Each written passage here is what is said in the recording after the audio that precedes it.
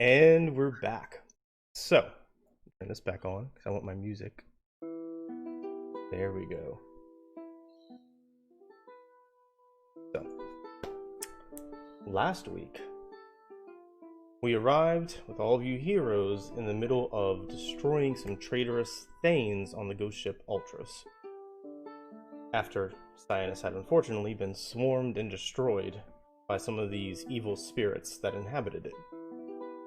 You finished dispatching these evil spirits as part of the agreement that Esther Arcolander, or the spirit of Esther Arcolander, forced you into in order to be released from the dreamlike plane you found yourself trapped in.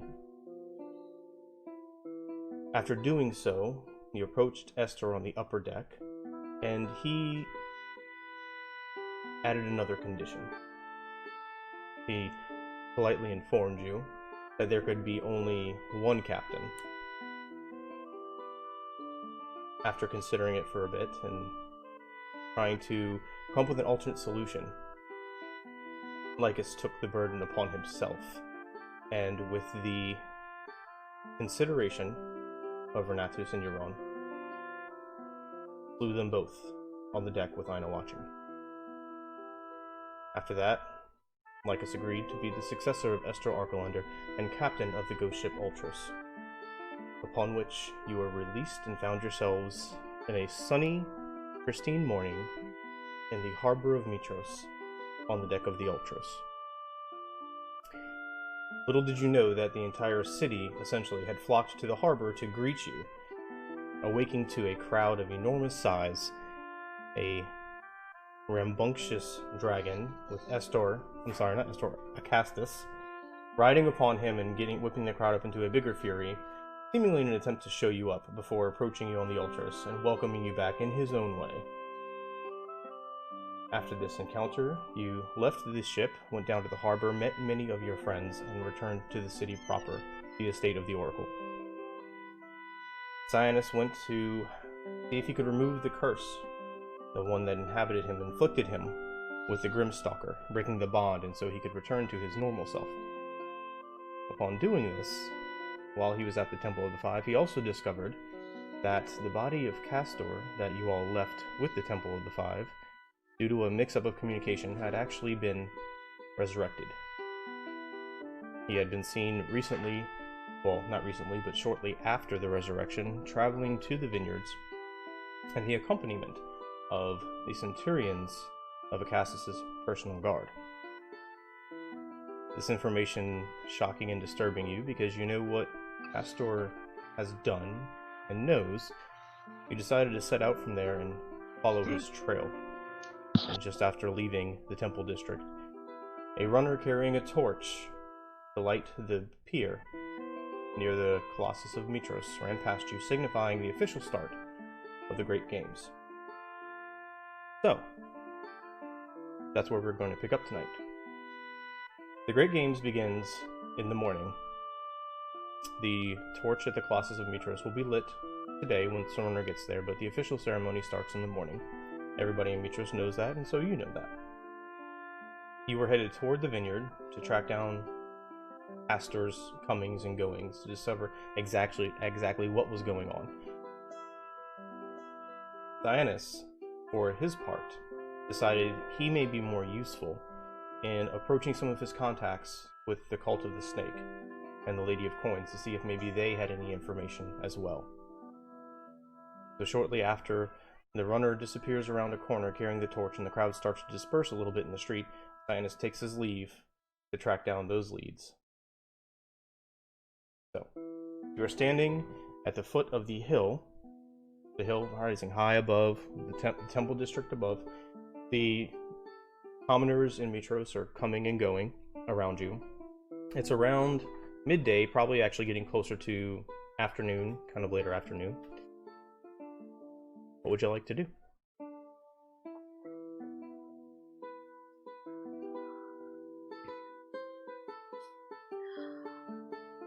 To the vineyard, then? Well, I know, I would love to participate in the games, but this fast. Bless you. I agree. Let's try to see if we can't wrap this up real quick. Sounds good. Let's get moving. I am more than welcome to. Let's go. I'll Lead the way. Yeah, Castor, you lead the way. I get to kill him again. Y'all, I'm so excited. I can't tell you. If I didn't kill him the he's first there. time, but he gets to die again. You know what I mean? All right. It's a good So- day. Making your way on the marbled streets of this section of Mitros, you find your way to the northeastern corner, out the gate, and the expansive, glorious vineyards of Mitros stand before you.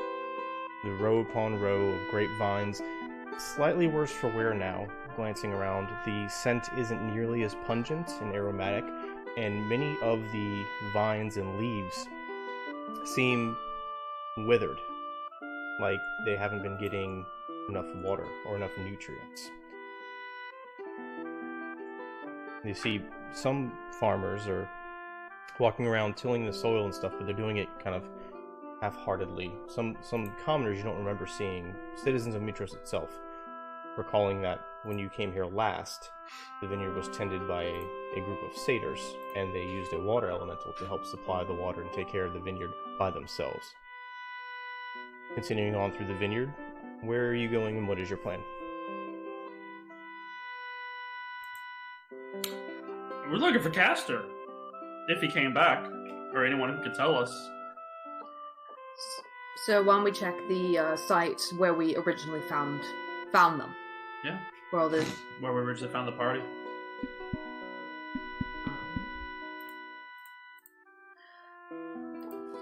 DM dad. But at this point, also, Yoram will just kind of look around and see everyone just kind of go, oh, right. Why the farmers there? Oh, right, because we killed everyone. Okay. Bye. So, you're headed to the glade where you encountered Castor last time and fought with him and his friends, for lack of a better term. Alright, easy enough. Lackeys. Lackeys. Don't keep it down, okay? Alright, so you continue on through the vineyard. The wood line to the north, you enter there in the same small trail you found before, and the glade opened up in front of you. You see the same fallen log across the glade from you. Approaching through the glade, that strange kind of slight mist rolls over as it did last time. Seems to be just a feature of this area.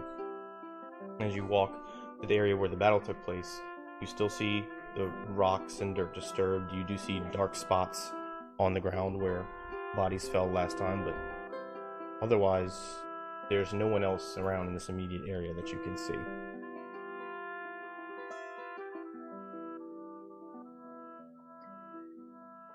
Any signs that anyone was here more recently? I would need a perception or survival check, your choice.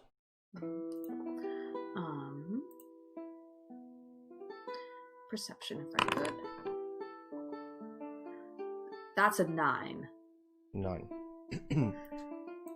I think it would be obvious that there are more recent tracks, footprints, many of them. Excuse me, I'm sorry. Many footprints kind of scattered about the entire scene. You can tell that the ones that occurred when you were fighting are much more washed out with rains and things that have come in the time period. But there are fresher ones scattered about the entire area. There are many that are coming and going from the direction you came in. Heavy footprints. They're deeper and disturb more of the dirt and the grass and things. And there also seems to be a few tracks that are kind of hard to discern for you that lead off into the woods. And you remember that Manal, the satyr that you saw watching you and you went with to the vineyard, kind of in the same direction he ran off to at the end of the last battle. So I'll crouch down and look at the tracks and just kind of go, there's some fresher ones going that way. Where the one that we didn't kill ran off to.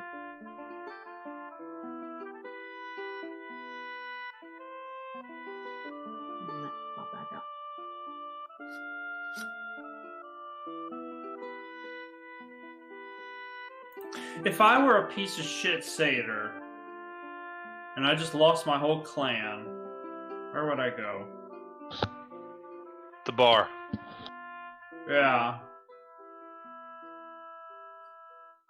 Yeah. It's very true. But he was fucking weird. And he was working with the Church of Lutheria. Then I would be at the church. Is he the sort that would have wanted revenge? Oh, yeah. Yeah. Because either I agree, would probably have gone into the Church of Lutheria either to figure out what's going on, or I would get extremely far away from where the people who killed him would be, especially people who apparently wanted him alive again, so that I could rethink my next part of my plan, given that everyone I know about is dead. Yeah. Well, it's clear he's not here. I'll just kick around a little bit. Yeah. Beatrice is a better place to hide, personally, when I think more about it. I don't know who his friends would be, though. Wouldn't that be as well a good place if he wanted to, say, ruin part of our public image by coming to where there will be the most people gathered around and say, look, they killed me, or something like that? I don't know. He's kind of fucked up in the head. God.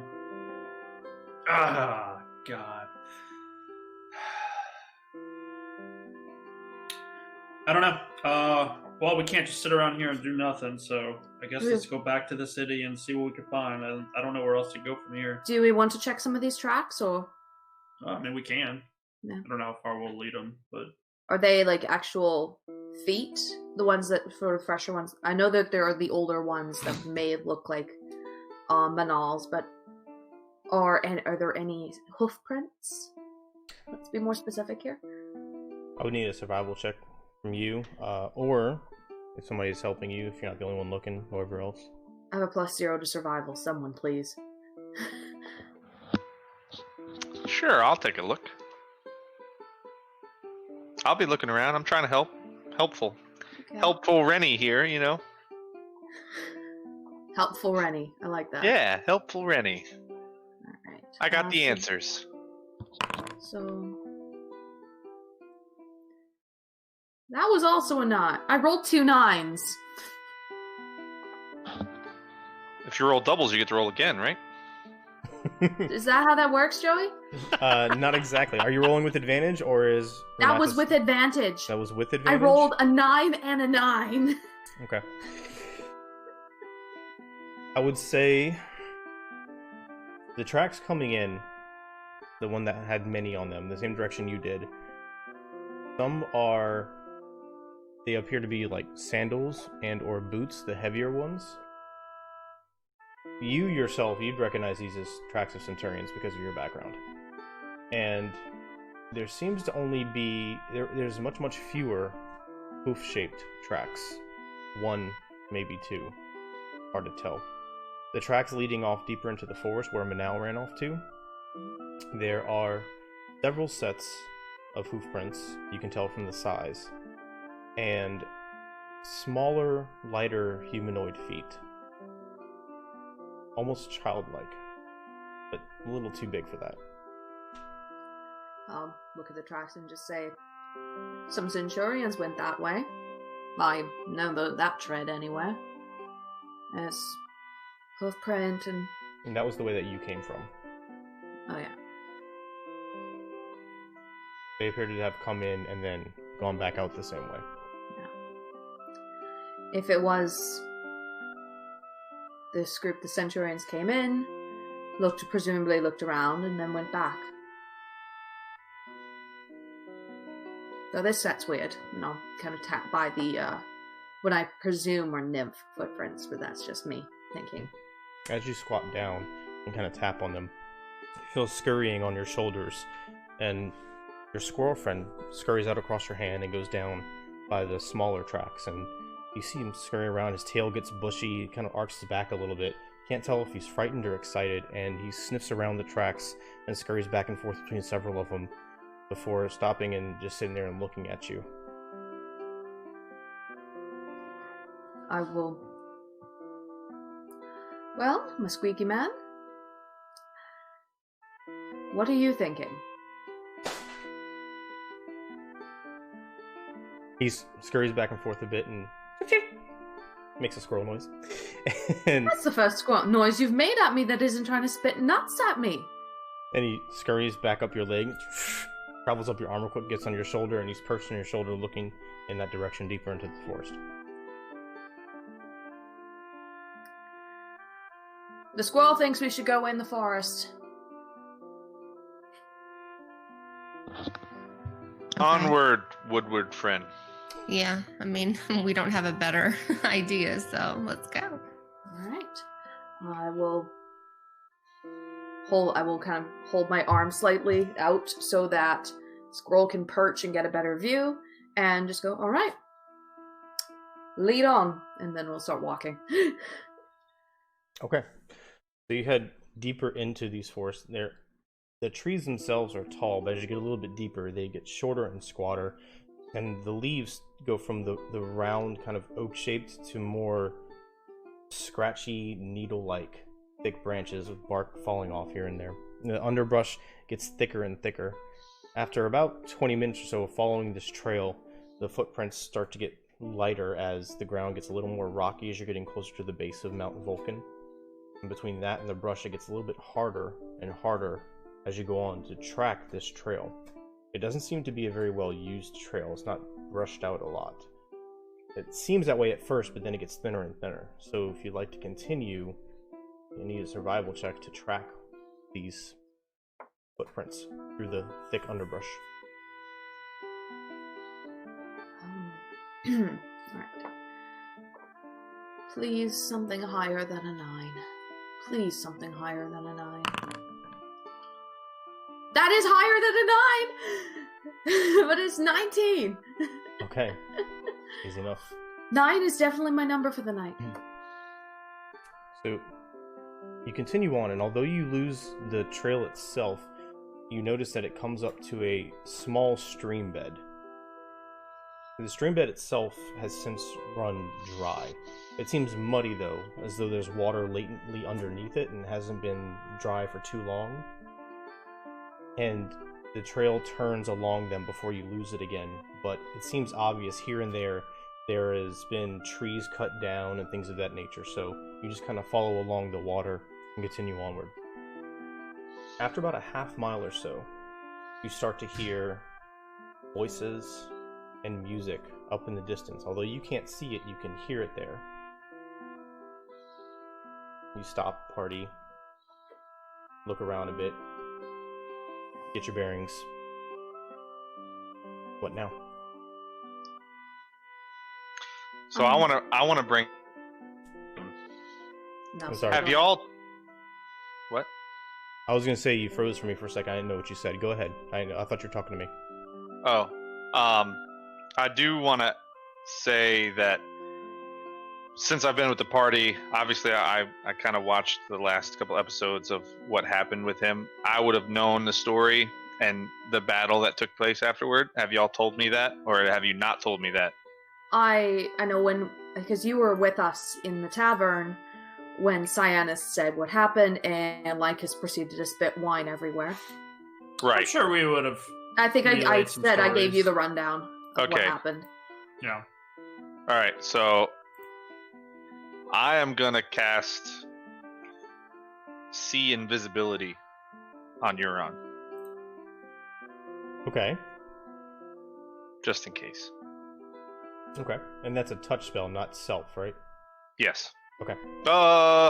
It is a self. It is a Okay. self. I Excuse thought me. so. I just wanted to make sure. So me, I'm gonna cast See Invisibility. Okay. You got it. Your All right. vision kind of blurs out a little bit, and everything gets this strange, kind of hyper bloomy quality to it. And colors get more vibrant, light bends a little bit as you turn. You get a little bit of a fishbowl effect to your vision. Everything, Whoa. you don't see anything new, but everything seems much more vibrant and ethereal to you. Awesome. How long Might does that watch. last? It lasts for 1 hour. Okay, you got it. Remember that. Mm-hmm.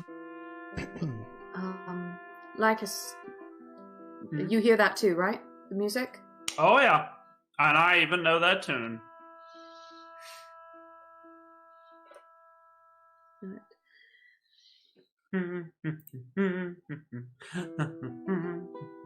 Hey.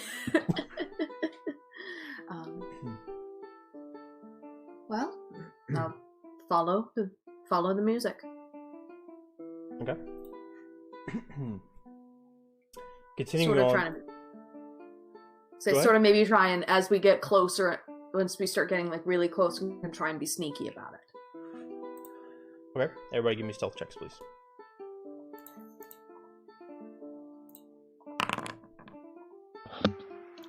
I just want to say sorry in advance. Hey, look, a 9. I got a 10. That's not much better. Okay. I get a +4. I got a 19. Okay. So, you approach the thicker part of the woods here, continuing through to where you hear the music coming from. And the trees change from this verdant green to an almost goldish color in the leaving. They look healthy, although they have the coloration of trees in the middle of fall. Very strange. As you make this transition, you feel tingly, for lack of a better term. Almost like you have goosebumps as you walk through these trees, and you get the sense that you're being watched. Before long, let's see, Renatus. You're walking along, and you feel a tugging at your robe by your ankle, as though it's sorry, I keep having to clear my throat. As though your robe is caught on a thorny briar, and you're getting resistance and pullback, or there's a really, really small child there or something. And when you turn to look, you see this dart of color, just almost like marble-sized orbs, split off underneath a leaf. Turn to look around, and you hear a yelp from Euron as something brushed up against your leg. You glance over to the side and see another one. They're almost yellowish greens. They dart between your legs, and they start coming at your body and jerking on your sleeves and rubbing up against your skin and your legs. Dozens of them. And then, as you turn to look at them, they go and hide and come back, go and hide.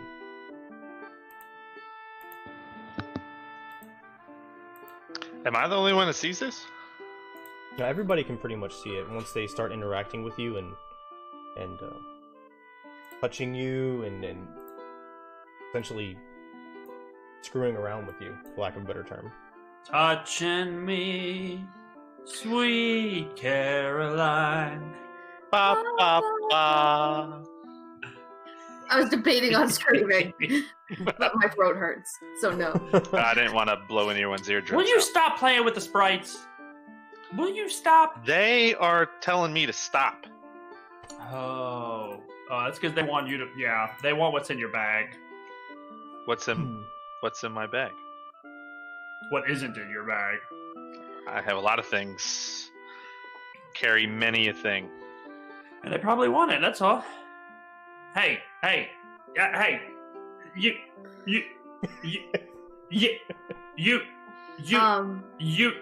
No, hold on. I'm gonna get the you. All y'all get over here. All of a sudden, you see dozens of these lights. And I immediately start talking Faye to him, and or Sylvan, excuse me. And I'm just like, what? Knock off the nonsense. And then I like cut my ear like this because I know they're gonna start talking in really tiny voices. They're coming in almost whispering. The the majority of the response you get is just laughing and chuckling. Oh, you got jokes. Oh, okay. Continuing on and chuckling, and you see, as they're more stationary now and you focus, they're emitting this strange light glow, but these little tiny humanoid bodies with tiny wings, almost like little bitty tiny fairies, except their skin almost looks brown like wood. As they're laughing around Lycus, swarming around his head, they start to slowly rotate, and then they light up on Lycus's face and then go back and start messing with everybody else, and they seem content to just hover around you and pick at you and prod at you and have fun. I cast my dancing lights, and I just start sending them after them. Not to impact them and hurt them, but to be like, chase. And it's just all mental, so I don't actually think about it. I mean, I think about it only. I don't actually have to say it, but I'm just like... It quickly evolves into a game of what is essentially Quidditch, as the sprites go around, and they're like touching the lights and then turning and running away like game of tag. Nice. How was Squirrel reacting to this? His eyes are just open, and he's all over the place, almost like a cat with a laser, just and he goes around the other shoulder and goes around the other shoulder, climbs up on your head and looks around.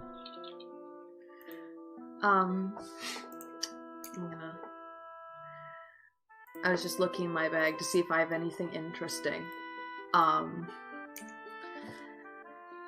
But actually, you know what? I'm gonna try and do this just for fun. You know, when Mary Poppins holds out those two fingers for a bird to land on. I'm gonna do that and see if anyone lands. So you just stand there like. Well, no, I'm just gonna like. I'm actually just gonna whistle for. I'm not gonna do it for like 10, 15 minutes or something. With like, 50 fucking snakes right here. Here, No, guys. no, Land right here. Go ahead, perch. No, not that close. You hold your hand up, waiting, and they're zooming past it, playing tag with these lights, and then squirrel comes up and perches on your hand, and kind of heavy, and looking at you, he gets on his hind legs, forepaws up, and he's sniffing the air and looking around, and all of a sudden, right on his nose, and then scurries back, and the sprite flies off. That is adorable. After a few minutes of this, 3 or 4 minutes, the sprites, you see they rapidly start to disperse. Over the course of 30 seconds or so, they start flying off into the underbrush and off into the trees deeper before you can't see them anymore. There's still 2 or 3 that seem really enthralled with messing with these travelers coming through their forest, but otherwise they just kind of disperse and seem to be done with you. Do we still hear the music? You do. It's been going this whole time. Alright. Keep going towards the music. Okay.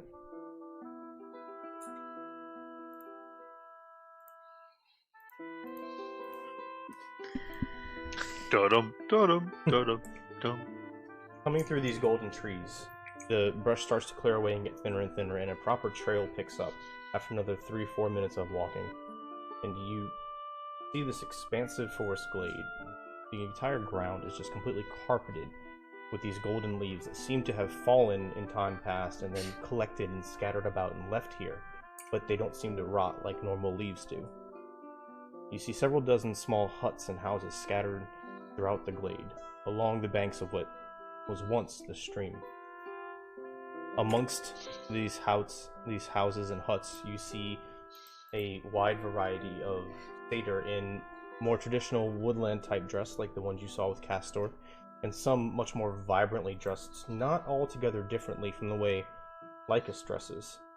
They have garish clothes and jewelry, and these are the ones that are playing the music that you hear, and they're talking with these other woodland type satyrs, and you also see several gnomes and halflings wandering around as well in amongst the crowd.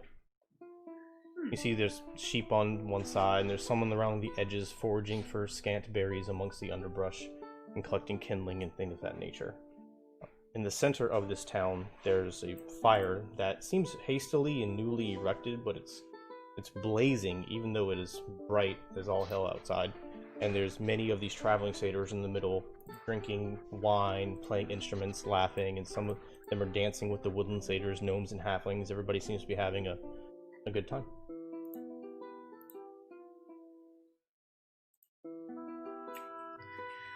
Recognize any of these, Lycus? Do I recognize any of these? Like it. Give me a history check. And I presume I'm still holding my scroll in one hand. Oh, That's a 22. nice. Because I rolled a nat 20. He has since run up and perched on your shoulder. Okay. I know every one of these motherfuckers. I know the mama. I know the daddy if they got them. I really know some of their family kin. Yeah, because that's how that works. Friends I of can tell friends. you the Well, mother's maiden traveling name and their satyr social groups. security Well, number. no, satyrs know satyrs, you know, especially when you're in a traveling satyr group and you've been to Mitros area, you visited with the locals, you mingle, you commingle, you mix, you match. You recognize Visited names. the locals. You do the hokey pokey and you turn yourself I'm around. not sure if Josh That's what it's all about. if Josh is explaining his reasoning for saying that, or if he's trying to convince me to give him extra information. I'm not sure what's going on here. A little bit of both. A little bit of like, Good. I've been everywhere, I know everything. This is how I justify it. Fair enough. So I would say that you see several of the satyrs, male and female alike, that are dressed in more traditional woodland clothing. You've seen them periodically during your time spent in Mitros before joining this party. Just out and about town, getting supplies or whatever, coming into town, essentially. You know that they are local to this area, to the vineyard, or at least you can surmise that. The ones in the brightly colored clothing, and some of them have their hair fashioned in much more peculiar ways with the jewelry, they obviously seem to you to be traveling satyrs, probably a merchant group, maybe something more along the lines of what you had going on where your clan, for lack of a better term, would travel and set up parties and things of that nature. Not really sure. There are a couple familiar faces, or at least you think they're familiar. They seem like you've met them in the past. One in particular stands out to you.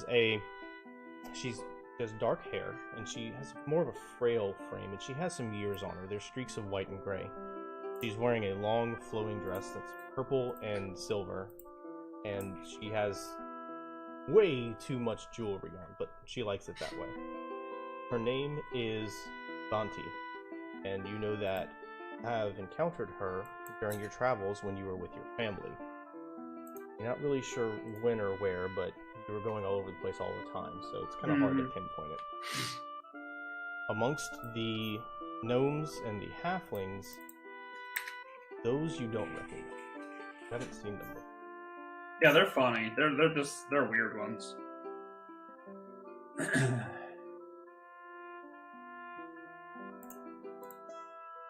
All right.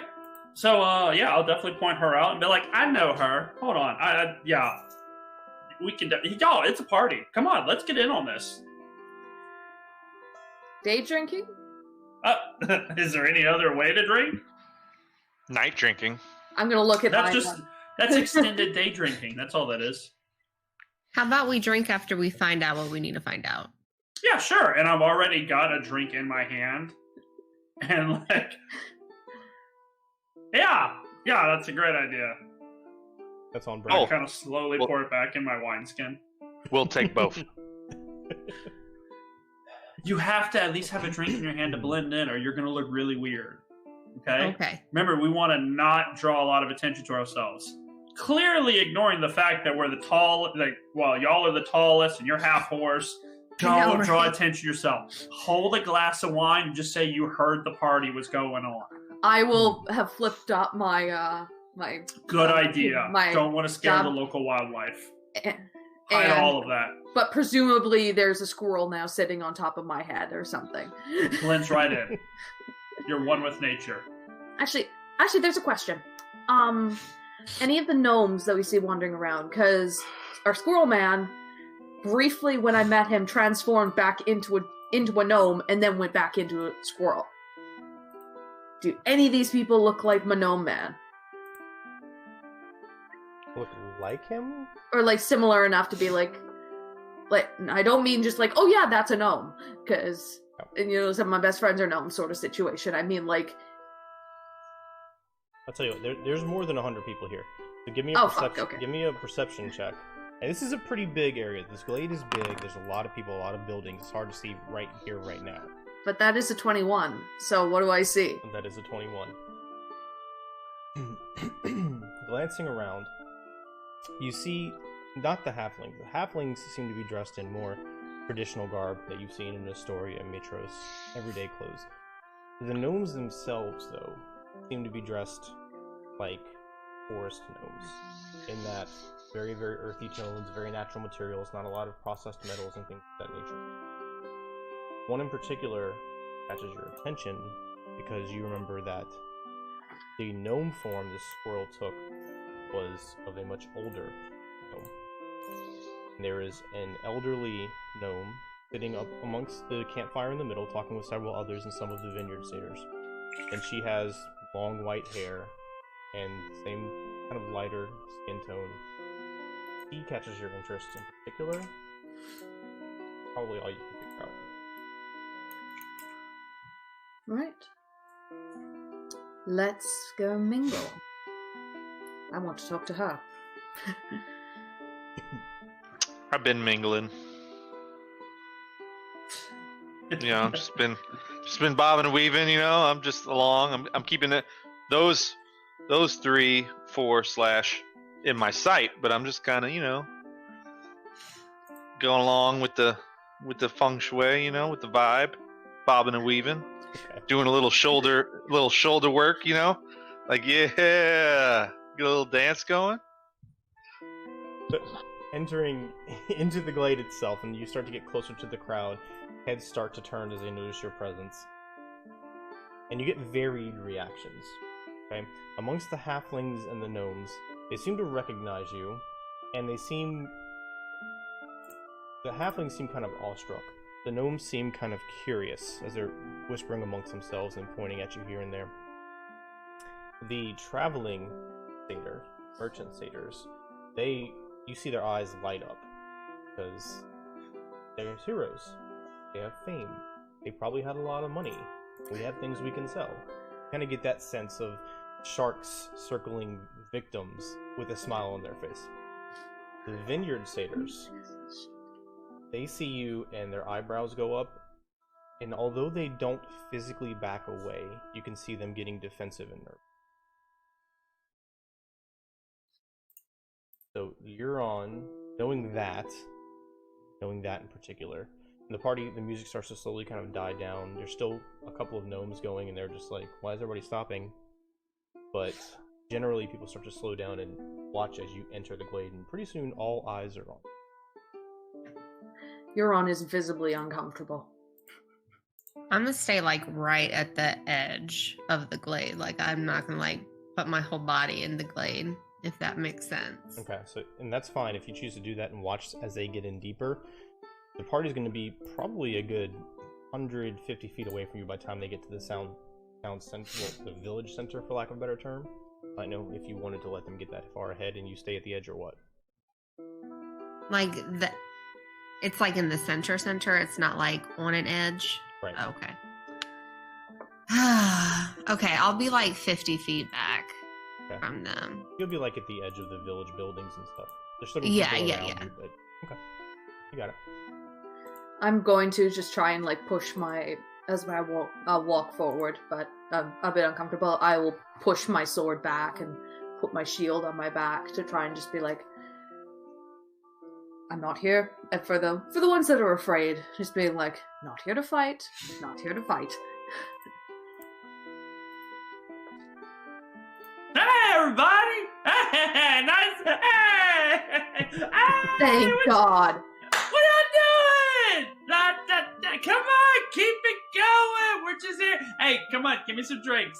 Come on. I want you to give me a persuasion check. Oh, and I have advantage on persuasion checks. You do. Let me make sure I understand that right, real quick. From the I think it might just be as long as you're wearing them.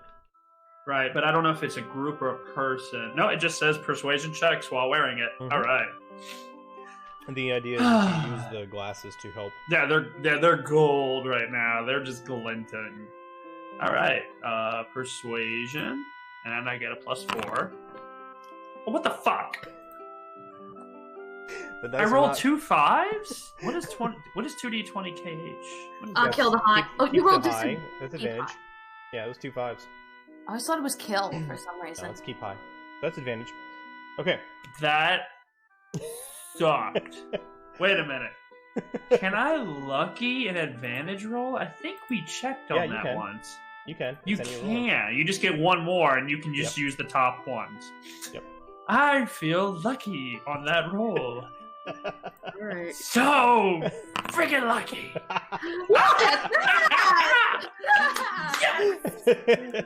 So lucky.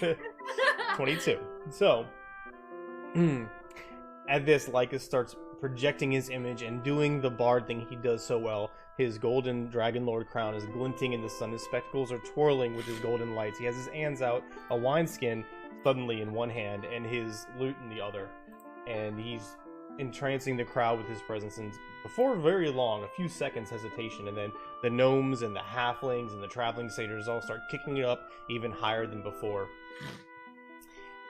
The vineyard satyrs, however, they relax a bit, but they still seem on edge. That's natural. I mean, we've kind of fucked them up.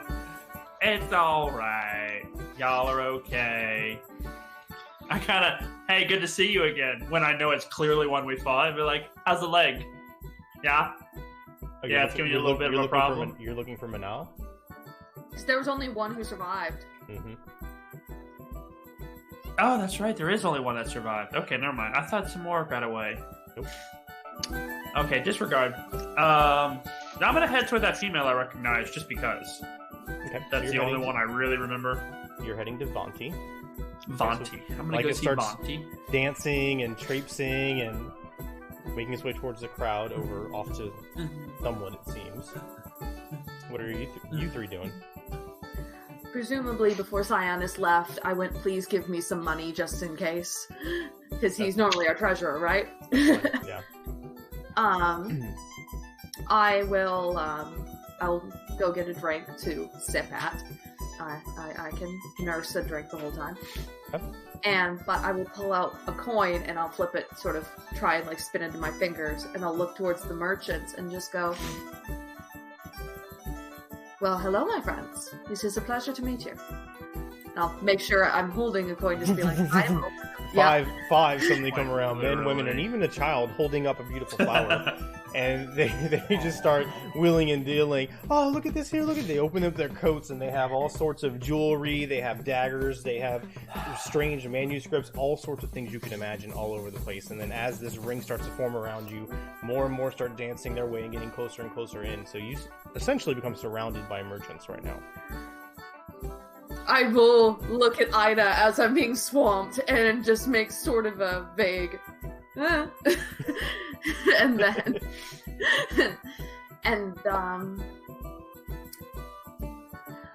no, why the hell not?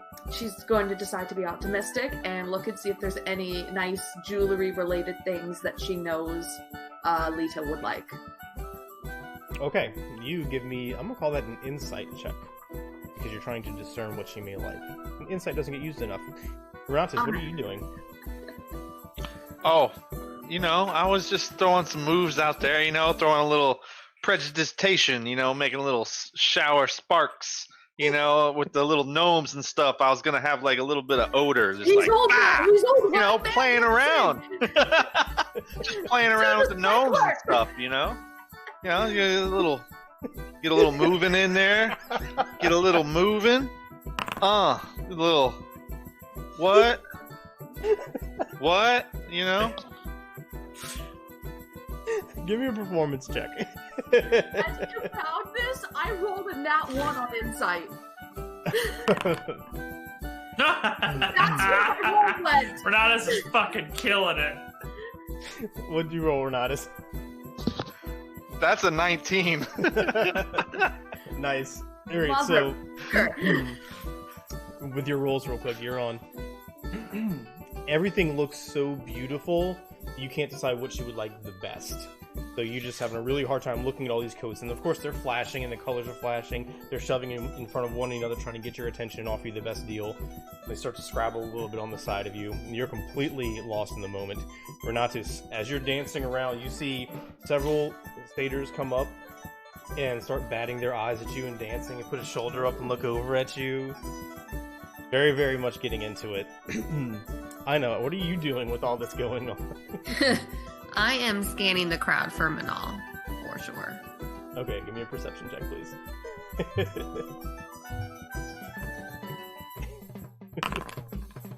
20. Dirty 20. All right. Be the sensible one, Ina. So, you see him. You see him amongst a group of other vineyard satyrs. One of them seems to be carrying a tall, thick, it's almost like an oak branch, except there's veins of green running in it. And they're off to the side, away from the crowd, kind of muttering amongst themselves and just keeping an eye, especially on your friends. One of them looks over and sees you looking at them, and he turns it back a little bit and continues talking.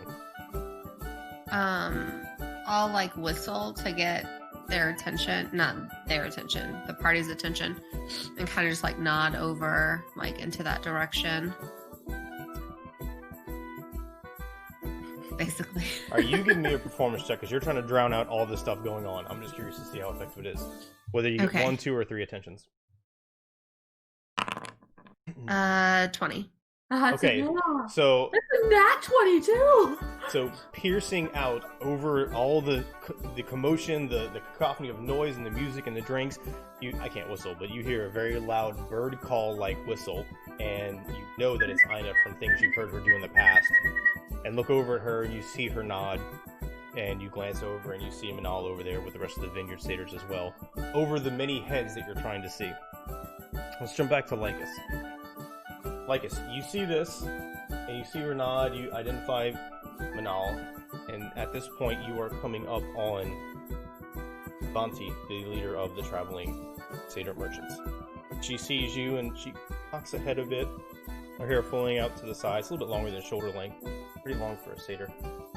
And then she smiles warmly at you. Lycus! How are you? You're muted. You're muted, Josh. You're muted. Oh, the cat's got your tongue. Lycus, that's so unlike you. Oh, shit. Give me a big hug. Ow, come here. Her bosom presses into your chest, and it's hard to wrap your arms around her. I want to check her pockets. Check her pockets, okay. Give me a sleight of hand check. While she's all up in my beard. That's 12. Okay, you feel a couple of coins, maybe a couple of gems in one side, and what feels to be like a watch or something with a chain on it. And the other But she thinks you're grabbing her ass in the process. Yeah, there you go. Hey, we're satyrs. It's not uncommon when you're drunk. Revel. Yeah, no, I'm gonna go for that. I'll go for that watch. Oh, so you're gonna attempt to actually take it? Yeah. I mean, that's fine. All right. I mean, however you want it to be, like one's an assessment, one's a take. No, it's fine. I was just I envision you check, and then if something's there, you try and take. I was just making sure that was your intent. Oh, I thought you were like, you feel coins, you feel gems, you feel a watch. Which would you like to go for? Okay. So, in the middle of the hug, she squeezes you tight and picks you up, and you kind of, oh, yes! And then, as she drops you, you jerk your hand out real quick and put it behind your back a little bit, and she grabs your shoulders. It's so good to see you! How many years has it been? How is everybody? What have you been doing? Oh, mostly everybody's dead, killed by goatlings because Castor betrayed everybody and had them all murdered in the night. But other than that, things are great. How are you? I'm good. You look wonderful. Really? Look at this. This is gorgeous. Did you make this yourself? Yes, actually, I did. I'm good. I'm so. I mean, I'm not that good, really. I mean, relatively. Honestly, I'm more just like okay. You know what I mean? Like, it's been hard. You know. Aww. Yeah, my life kind of sucks too. Hey, have you seen Castor lately? Oh, the little brat. Oh no. Among many names he goes by. Yeah, Brat's one of them. I'll never forget him. He was horrible. Horrible. He's so mean to you, and you were so cute. Oh, no, I haven't seen him. Talking to some people here, they said he used to... Did you come here looking for him? Because some of these other folks said that he used to be here. Yeah, he used to be here, and well, he was in the city, and he got out. Well, we don't know where he is, but I figured he would probably try to come back to the vineyards. But that's all. We're just trying to find him. We heard he was in the city, and then he might be back in the vineyards.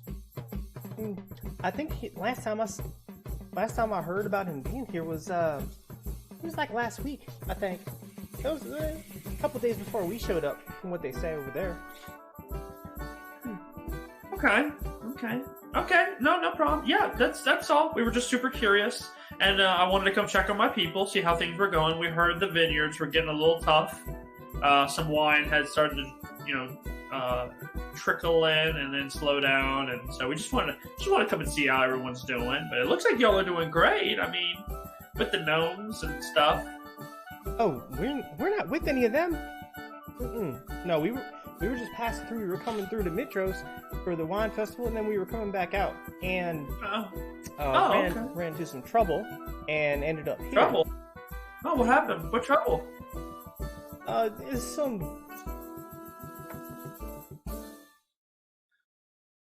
Come on. I'm just gonna pull you away from the crowd a little bit. Oh, okay. Everybody's going all crazy behind you. We were heading back to get back on the road. We were gonna go over to Astoria, and we were about a mile or so north of here, traveling along the stream bed, and we got... I don't even know what the word is. We got stopped by these assholes. There's some lady and a bunch of rough-looking fellas. They all had, like, their hair was dyed white. It was really weird. But they stopped us and they demanded a ransom, and we didn't want to give it to them. So we lied, even though we just came from the wine festival, which probably wasn't really a great idea. But they didn't believe us. So out of nowhere, this big, ugly-looking Cyclops came in and picked up one of our wagons and took it off into the woods with some of our people inside. So we've been kind of stuck here. They said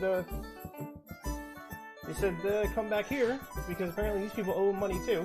And when we get all the money together and pay them what they want, we can take all our people or whatever else they have going on. I think it has something to do with the stream bed with them, but yeah. And the gnomes and the halflings showed up. I can only imagine it has something to do with them too. I don't really know. You said white hair? Did they have any emblems? Any kind of markings? I never heard of people. Have I ever heard of people dyeing their hair white for any kind of symbolic? Symbolically, no.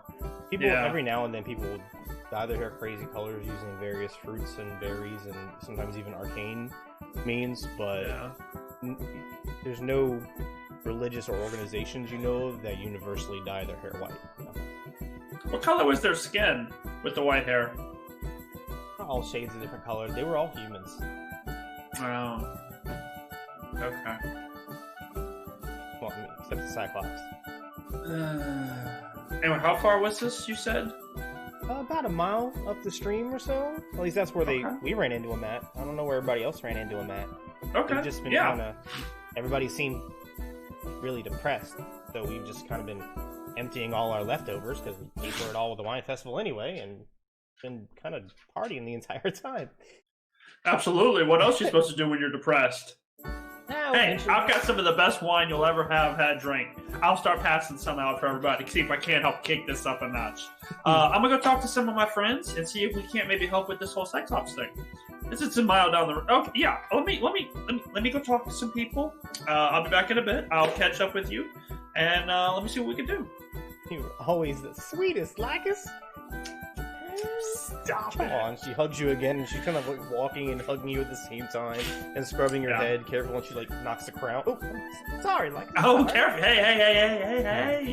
You slowly start to meld your way back. And then I check into my the pockets because I know how satyrs are. All right. They're like fucking Kinder. Can't trust them. Give me a... I need you to give me a perception check.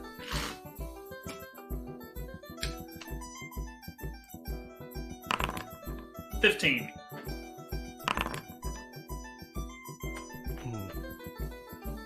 Everything seems there. Okay, sounds good.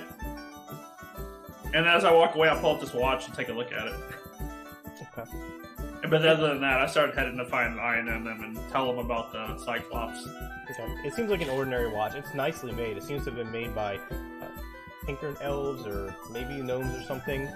But it's nice. It's made also probably gold and platinum. Worth probably a good. I'll hand it back to her later. Yeah. All right, so let's skip down to you were getting mobbed by merchants. Ina was gonna go. Were you gonna go talk to them, or were you just trying to get their attention and wait? I wasn't gonna go talk to them by myself. Like I wanted us to go as a group. Okay, so that took 2 or 3 minutes of them talking. Obviously, what are you two year on and Renatus doing? Anything change? You're still dancing and shopping? Yeah, by the end of it, I'm probably, like, just barely managed to not get talked into some, like, really garish-looking, like, costume jewelry sort of necklace, you know?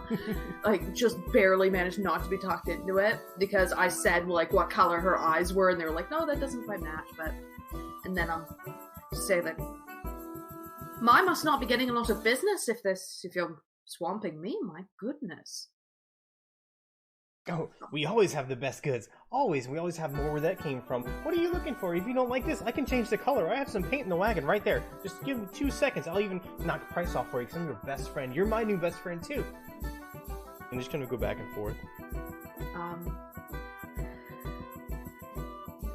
Is there still a, like, little kid trying to sell me a flower or something like that? He keeps on getting pushed, like, not intentionally, but he just can't keep up with the throng of these full-grown satyrs coming at you. So every now and then he'll peek his head through, or you see one hand come through a pair of legs with the flower. I'll just be like, alright, there's a kid there, back up please, 2 steps back. They look incredulous, but they back up and they're kind of putting their coat in front of each other's faces and stuff, trying to get your attention. Meanwhile, the kid slowly emerges from the sea of furry legs, looking up at you. He puts his 2 hands up with the flower. It looks like a pink and yellow hibiscus. A large golden stem in the middle and his eyes. He gets this really, really cute satyr puppy dog face going. I will crouch down, sort of to meet the kid's eyes, meet the kid on the level, and just go, that's beautiful. Thank you. And I'll flip out a couple silver and I'll offer it. He puts his hand out and takes the silver, or he opens his hand to take the silver. I don't know if you're giving it to him or not. And he extends the flower towards you. It's not as beautiful as you. She makes a little noise that's not quite just like sort of noise, and say, "Oh, you're very sweet. Thank you." Okay, I'll make it a gold. Okay, so you give him a gold? Yeah, and then I'll take the flower, and I will, I'll shift my hood slightly so some of the snakes take it and, wrap around it and, tuck it behind my ear. You see, he puts the gold, he takes his hand with the gold down, he looks at it, he looks at you and looks at it, his eyes go big, he picks it up, and he kind of... Ha! Scurries off between all the adult satyrs off to his mom or something. And I'll stand back up, and I'll just go, and that is how you get a nice purchase. Nice and gentle, eh? And then, presumably by this point, I heard Ina's whistle. Yeah, you would have heard it while they were haggling you. I will then say, well, I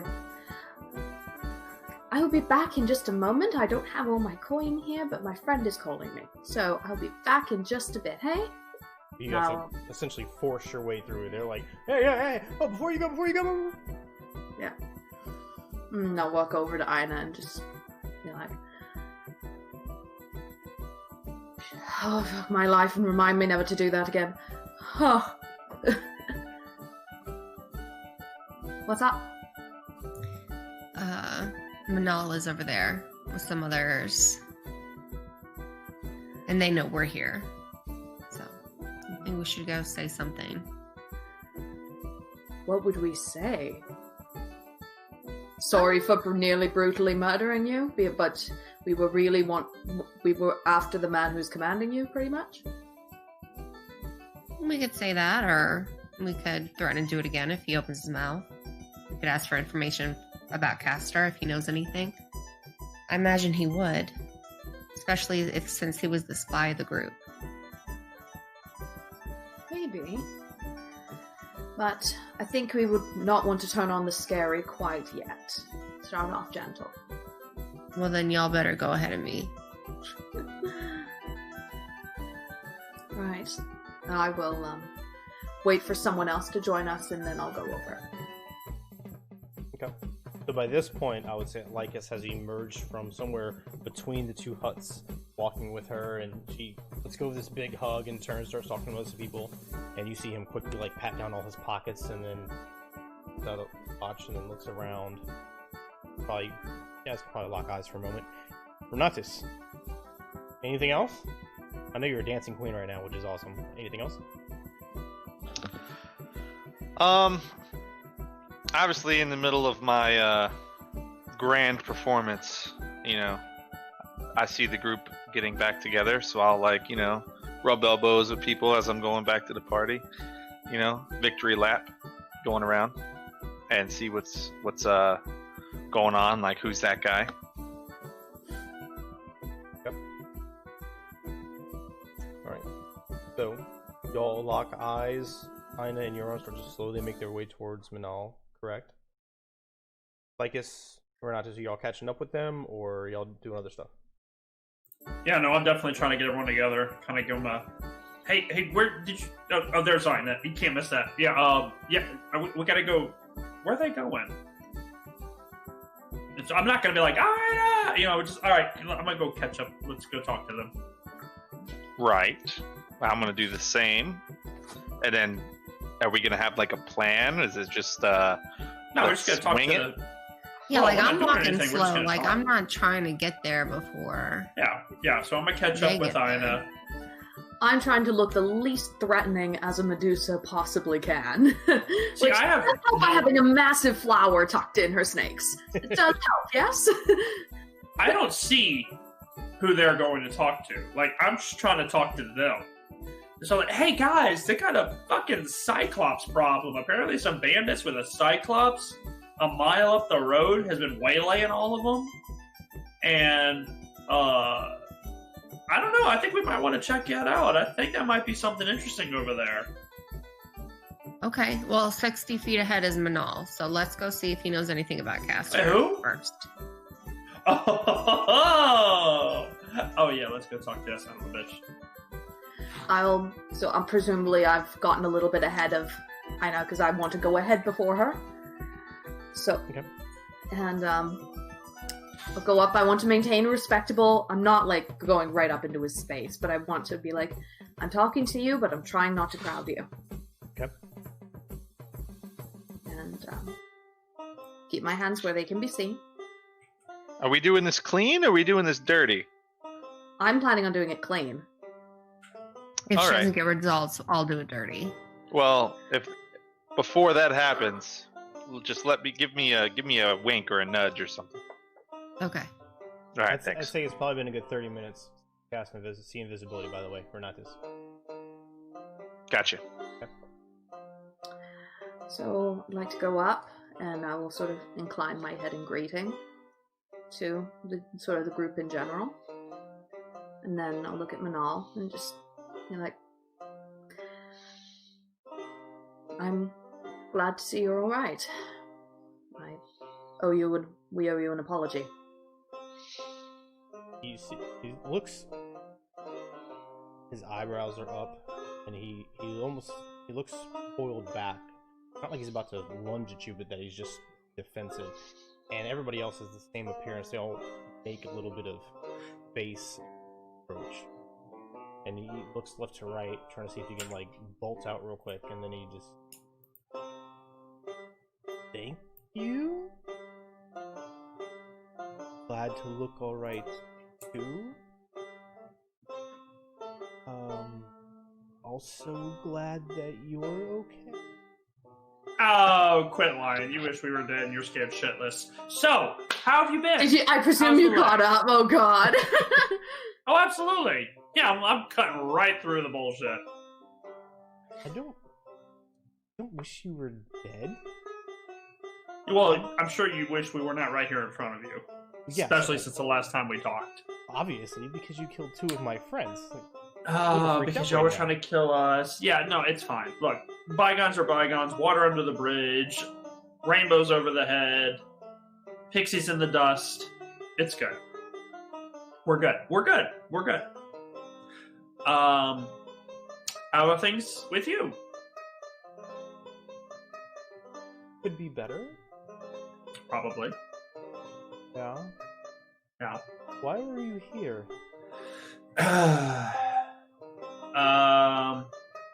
What you been up to since we last saw each other?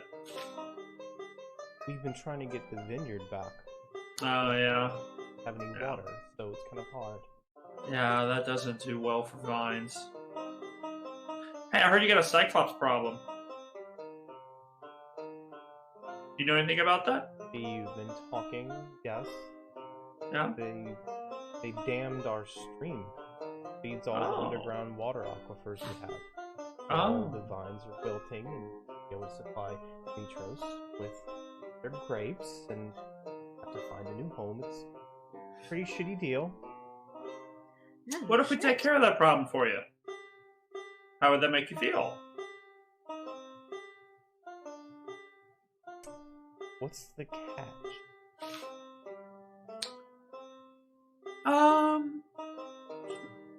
No catch. We're just gonna be friends. I would consider Right. kindly just to say our response to sorry for our actions before. Why are we apologizing? I would immediately be like, I'm not apologizing for shit. I am. You guys can do what you like. Yeah, she apologizes for She apologizes. killing people. And Hina's like right there, like, the fuck I am. Oh yeah. Yeah. As she says that, he looks up and kind of. Yeah, just a yeah, little that's bit probably away. a smart idea. But look, we're here as friends now, okay? So let's just stay friends. Come on, can't we be friends?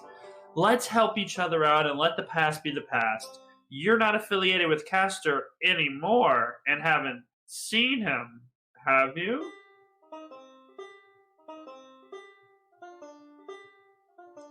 We're not affiliated with Castor.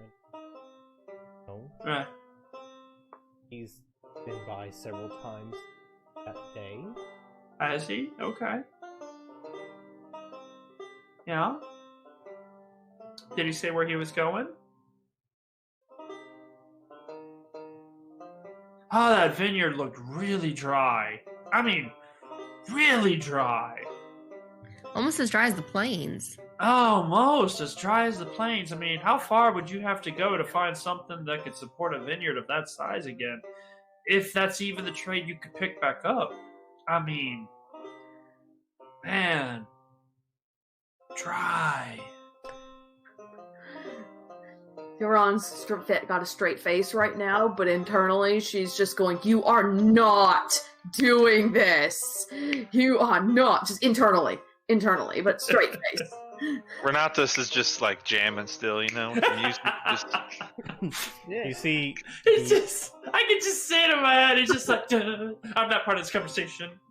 you see the more elderly satyr, the one with the strange wooden staff, step up a little bit, Ooh. hesitantly, but step up a little bit. Oh, it's true. These are the Manal. Not only are they killers, but apparently extortionists as well. Is that really what this is? No. This is a pleasant exchange of information. We're not trying to extort anybody.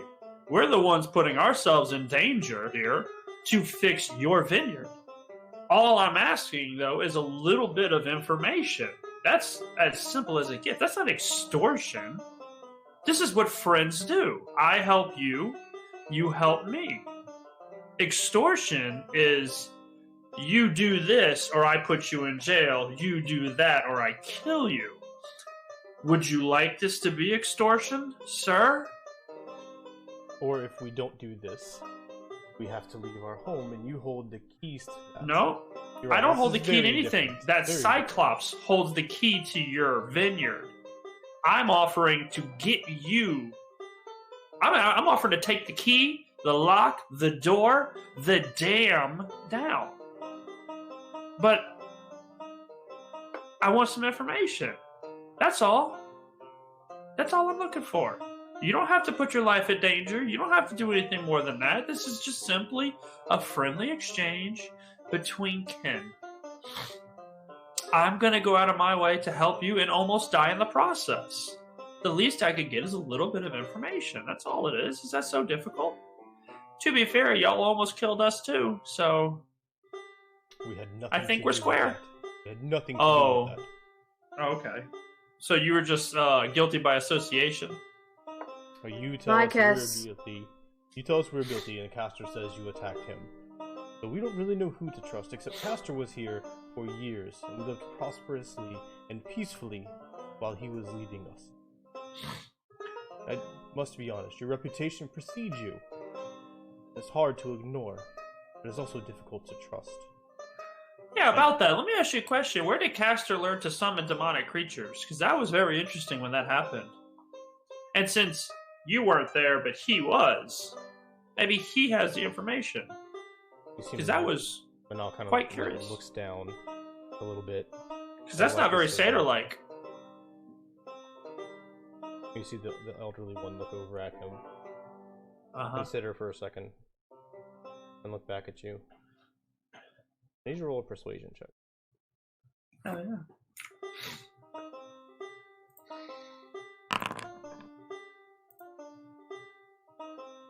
God damn. That's just a 10.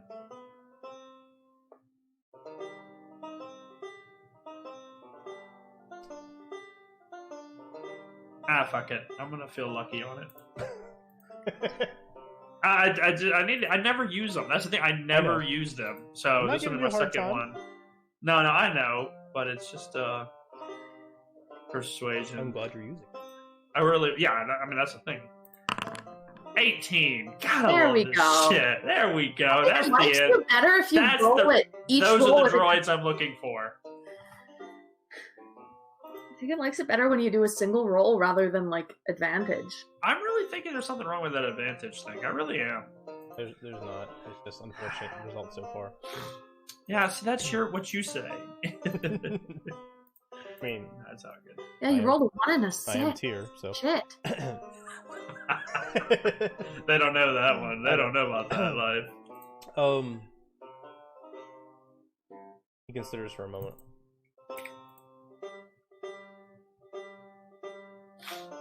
What is it exactly that you want to know in exchange for your help?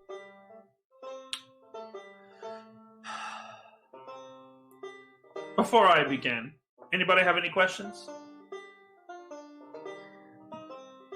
All I would want to know is where he went. And Question number one. that's the main thing. Okay. All right, that's fair. Anna, anything for you? Nope, the same. Okay, good. So they would like to know, first question, simply, where's Castor? Where did he indicate he may be going? Where would he say he is going? Anything like that. I know you could say that I don't know where he is, because you actually don't, but he would have told you. You know, let's not meander that. And then I want to know where he learned to get this demonic summoning stuff, because he got some pretty dark magic there, and then somebody here was a part of that and knew about it.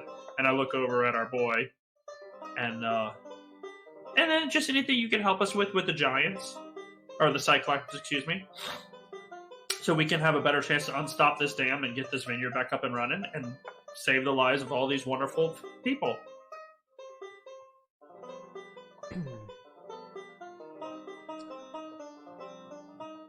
As far as Castor is concerned, he arrived here first several weeks ago. A few of these centurions from Mitros. One named Tarpon, the only one who introduced himself. They said they were on the king's business and began asking various array of questions. Castor told us all that we're there and played. We had a deal to buy a harp from him, and instead of buying it, we attacked him and stole it. Killed 2 of our other tribesmen, along with the water element. He has been back several times since then.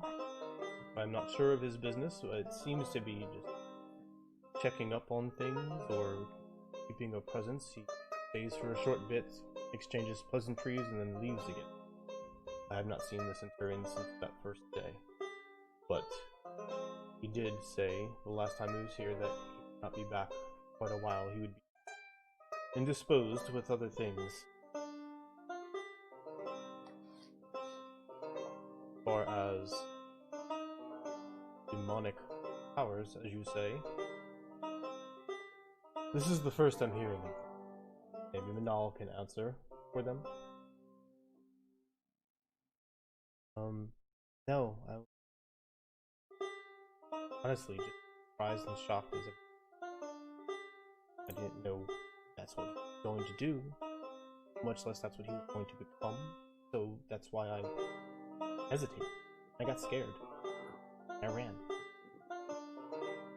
Know anything about that? Never done anything like that before. May I'm not the best person to roll this, but may I insight check Manal just as he's talking to confirm that he's telling the truth? From what I can tell. Sure. Come on. That is a 14. He's clearly nervous, he's sweating, his hands are shaking a little, although he's trying to hide it. His voice isn't wavering too much, and glancing off to the side or anything like that, so I don't see any physical indication that he's being deceptive. Okay.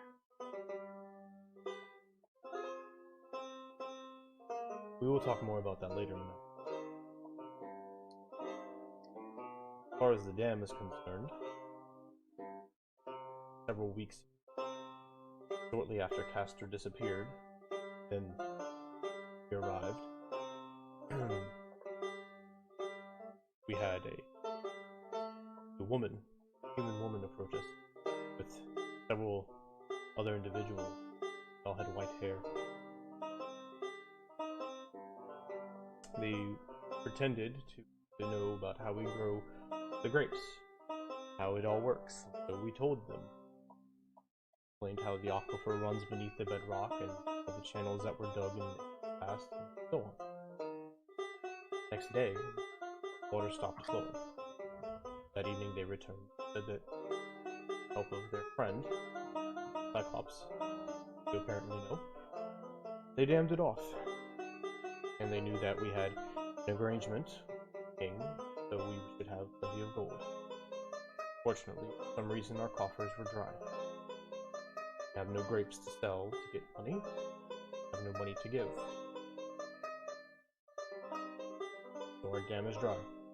Trying to figure out how to overcome that in process. Everybody's grieving in a peculiar way, but not that peculiar. How much are they asking for? From us, 1,500 gold.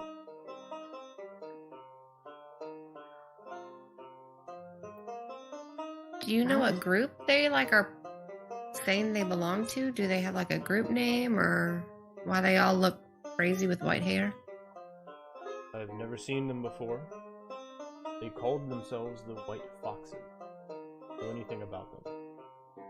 But when my son, standing next to me, when he laughed at their name, at its sheer absurdity, they stabbed him. So, no one laughs anymore. They are ruthless.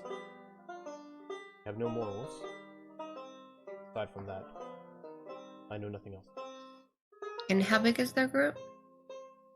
They only came with 2 second time. First time there was the woman and 2 men. Second time there was a woman and a different human man. He seemed much more dangerous. Do I recognize that name at all? White Foxes? Give me a history check. Come on, City Guard. You say 11. they stabbed him. What are all the weapons you saw them carry? Were they heavily armored or? They were strange blades. Strange more in design than they seem to be equivalent to Makara's short swords. Stabbed. He stabbed. Stabbed her. I'm sorry.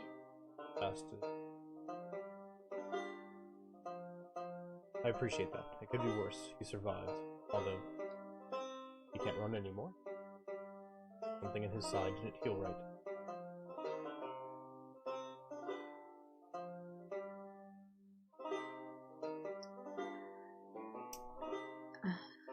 I know that they're also shaking down the traveling satyr and the gnomes as well. Not sure exactly what for. We haven't spoken about it. Like I said something about a caravan being taken. I'm looking at the group for this.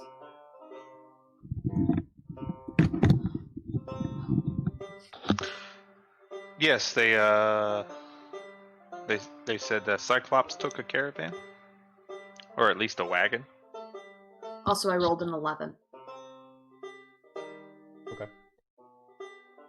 The name White Foxes in particular does not ring any bells. However, from your time as a centurion, it's not uncommon at all for random groups of nefarious individuals to come together and give themselves a cliche name and start harassing people. So, could be part of a larger organization with a goal. Could be a bunch of idiots with blades. No real way to tell. Not with this information. I'm getting very tired of idiots with blades bonding together and giving themselves a cool name because they think it will make them give them the confidence that they lack. Damn ragamuffins. How old are you again? You sound like a grandfather. Get off my property with like a cane. I lift my little staff thing. Darn kids! With a chuckle. Anything else we can think of? Do you?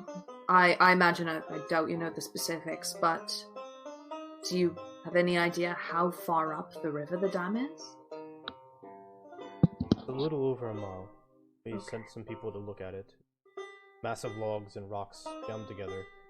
Way larger than anything we could move. Josh, do you want a summary out loud or in text? We can summarize on break. We're coming up. No, yeah, we'll summarize later. It's fine. Okay.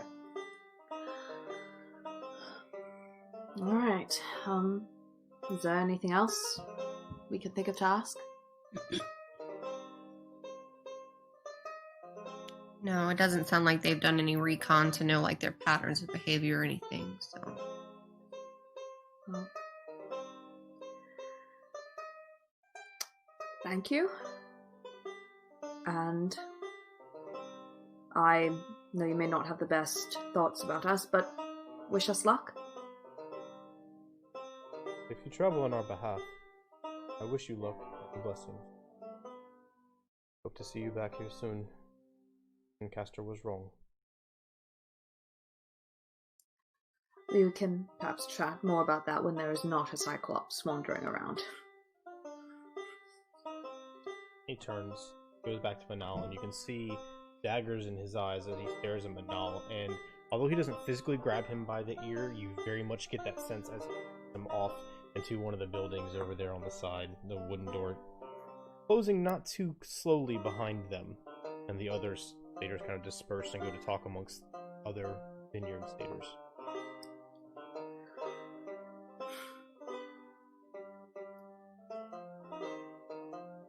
Oh.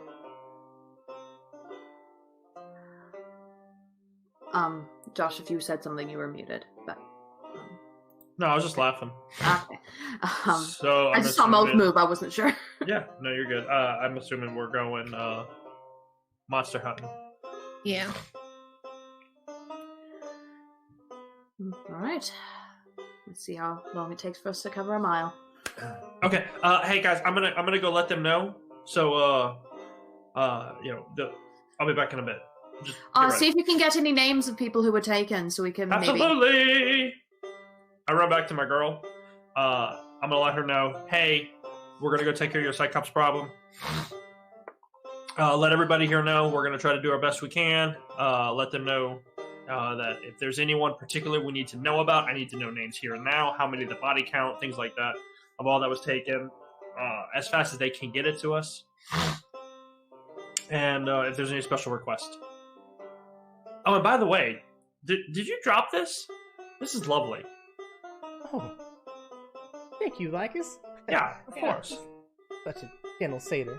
She puts it back in her pocket. There was 4 of us. There was oh dear me, I can't even think of the names right now. There was Dory, and there was Ela, and Maynor, and Valiant? Valiant has something. New girl. Balia, I think? Something. She just happened to be in the wagon. She just joined up with us not long ago. After you left me, I told the new friend over there, which waves to the elderly forest gnome lady that your aunt was with.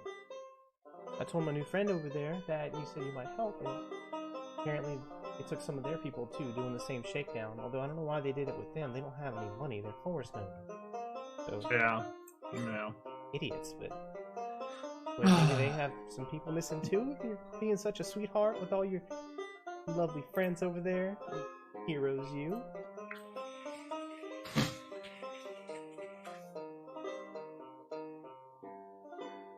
Yeah, we'll see what we can do. 4 say okay, and then gnomes and Be careful. we'll see. Please be careful, Lycus. Of course. You know I'm coming home. I miss you. Whoa, too much. I said to myself, not her. Well, her eyes are gleaming. She's tracking. Yeah. Cougar. And I like extra pep in this Debbie get away. Okay. Now what? I can go speak to them. I was wondering about the gnomes, so should I go check with them, see if they lost anybody?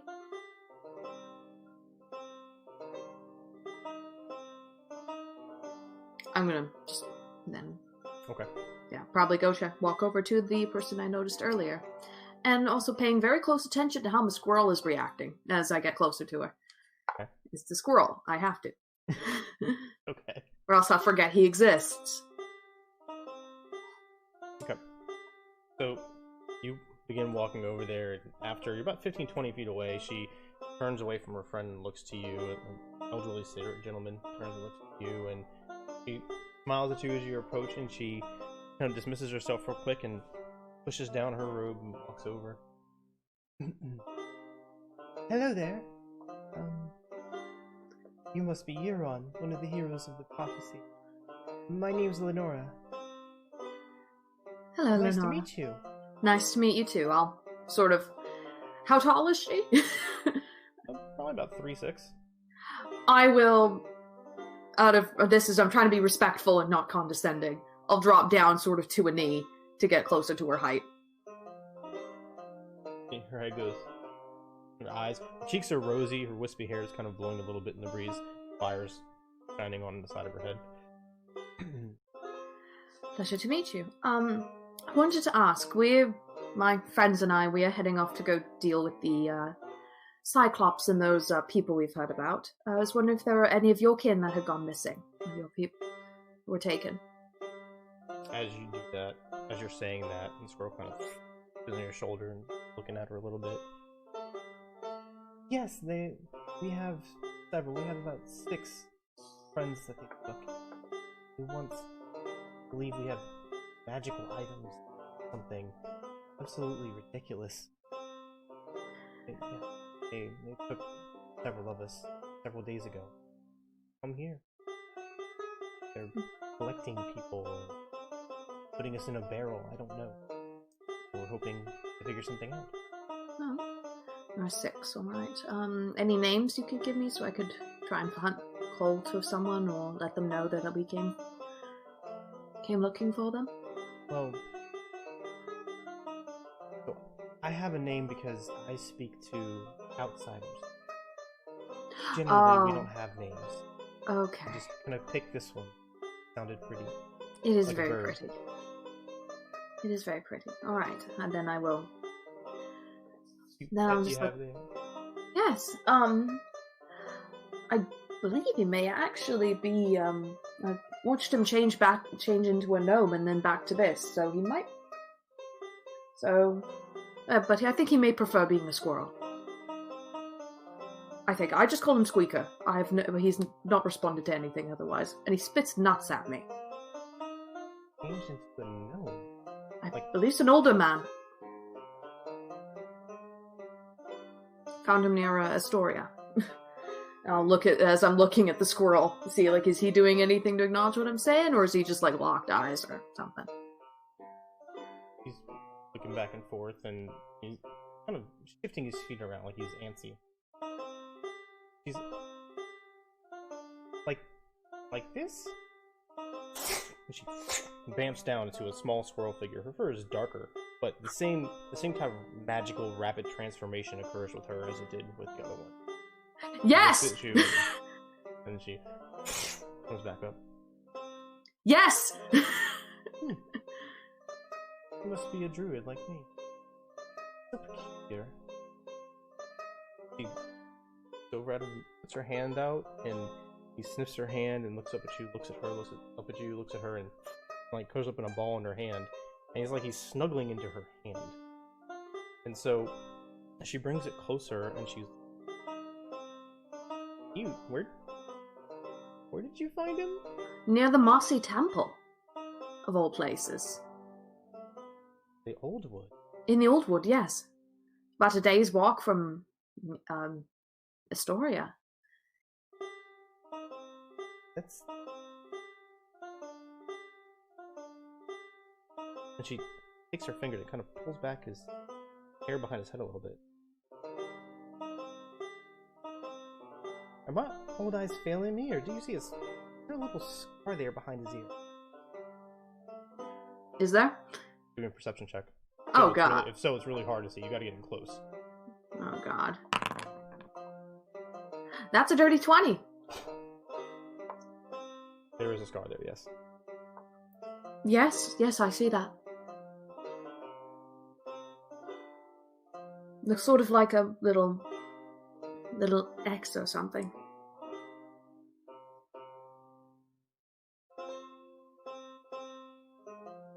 Circus? Is it you? You see, he kind of picks his head up and then spins around in a circle and cuddles back into her hand a little bit. She gets a really strange look in her eye and backs up, puts them on the golden leaves. He looks at you and she kneels down next to him and he gets up on his hind legs and he's sniffing the air and looking back and forth between you two. And she puts her hands on him and closes her eyes a little. And you see the leaves around him on the ground flutter a little bit, like with some type of unseen breeze. And then she, after a few seconds, she opens her eyes again, stands up, and the girl seems to look around and look back at you, look at him, and pops up in a gnome form again. Holy shit, that was crazy! That's where we're going to take a break.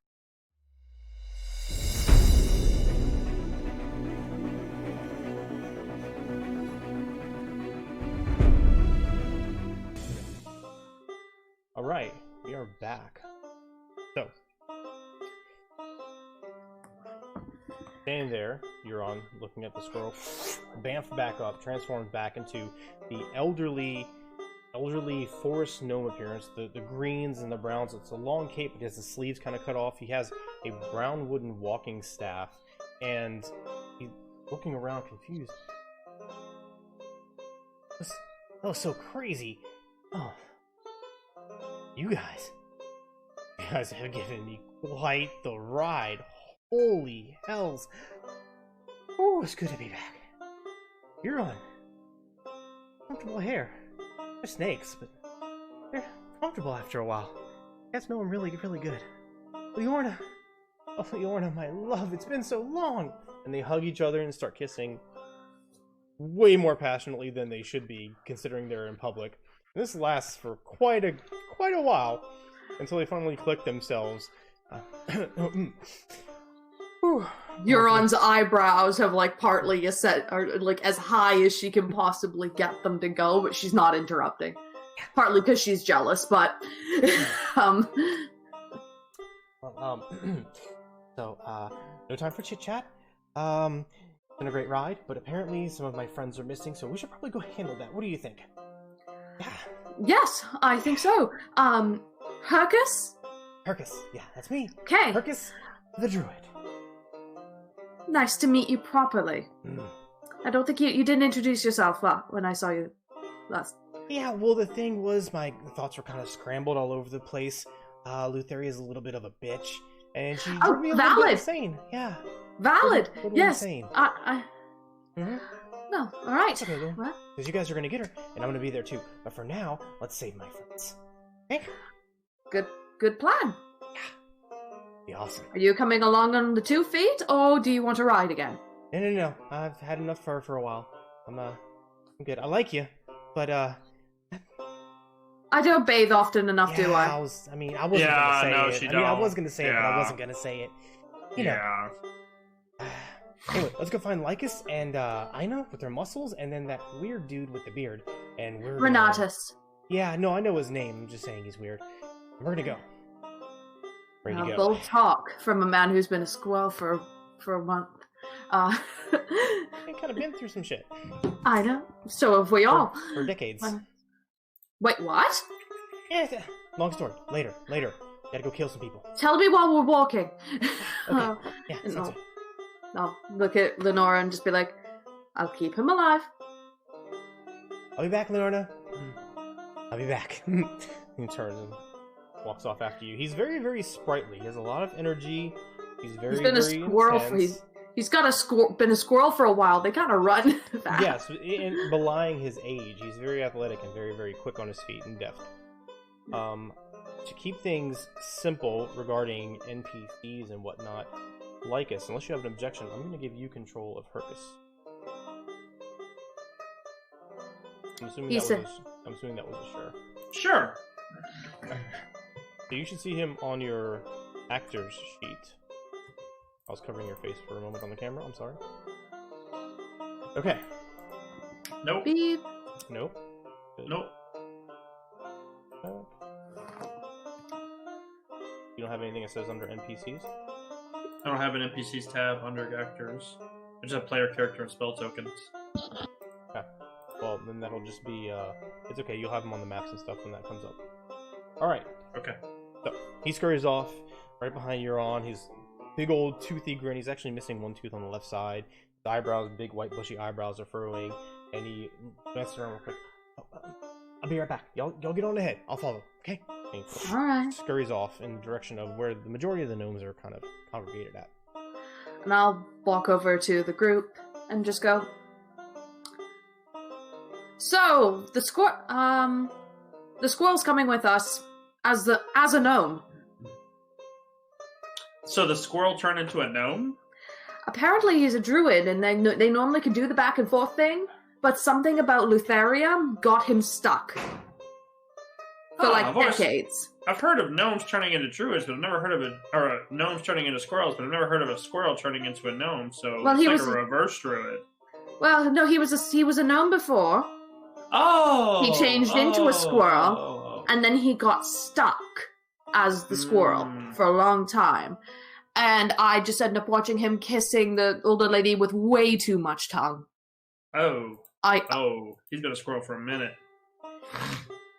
Yes, but he will be tagging along with us. He said we can get a head start. Sounds great.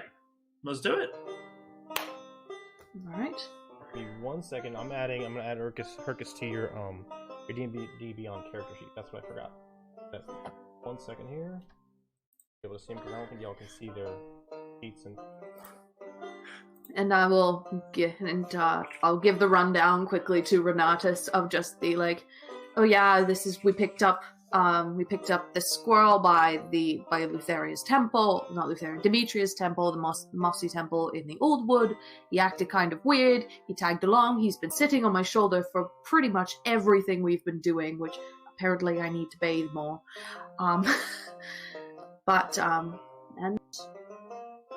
He's been there pretty much this entire time, the poor thing. Okay. It's a hell of a ride. You should have it now, Josh. It's going to be under extras on your character sheet. You'll see him down there. You can click on him for his stuff, okay? Let me know if you have an issue. Where's extras? It's all the way to the right next to notes. Where's notes? I have attributes, inventory, feature, spellbook, biography. You talk about in Beyond? D&D and Beyond. D&D Beyond. Oh, okay. Yeah, because I can't get Beyond to work with Foundry for some reason, so I've been using mainly the inside. Yeah, it always tells me it can't detect the virtual tabletop. Okay. Yeah, we can look at that later. But okay, so the extras. Yep. Nothing under my extras. Let me refresh. Yeah. Since you just added something that would need to be. Yep, there he is. Hercus. Got it. Beautiful. Perfect. Moving on. Alright, so after discussing things with the rest of the group here and there, you start along the trail, headed up the dry stream bed into the woods thicker. After a couple of minutes, Hercus comes running up, and you see he has this almost like a beaver skull with feathers coming out of it, mounted on top of the staff, lashed to it, and then on his face he has some other type of strange animal skull. It's kind of hard and discolored, but he has these big pluming feathers out the sides, and he's talking through it. You can just see the bottom of his chin. It's gonna be fun! Yeah, so anyway, and basically what happened was, and you guys walk. Long story short, for brevity here, more details later, he went to the Mossy Temple to figure out what was corrupting the forest, found out that it was Demetria, and he was trying to kind of subvert her influence in the area by talking to the woodland beasts and some other of the older druids. And Lutheria caught wind and basically went after them. He stood his ground. Some of them did, some of them didn't. He doesn't know what happened to the other ones. All he knows is, since then, he has been, for lack of a better term, insane. Can't collect his thoughts. They're scattered all over the place. He thinks he's a squirrel sometimes he thinks he's a gnome trapped in a squirrel body. He doesn't know what's real, and so on and so forth. So that's kind of what's been happening, and it's been, as best he can tell, decades. It's kind of hard for him to grasp the concept of time as a squirrel. So, continuing along the stream bed, you make your way deeper and deeper into the It's pretty easy to follow the stream, and you eventually get to the point, say it takes you guys 20-30 minutes or so. You get to the point where up ahead, there's these really thick broken logs and massive boulders shoved in, effectively damming off the stream. There's a little bitty trickle of water coming through it. Stop here, look around, sensitive for danger. Just off the top, glancing around, you don't see or hear anything except for bird calls and things of that nature.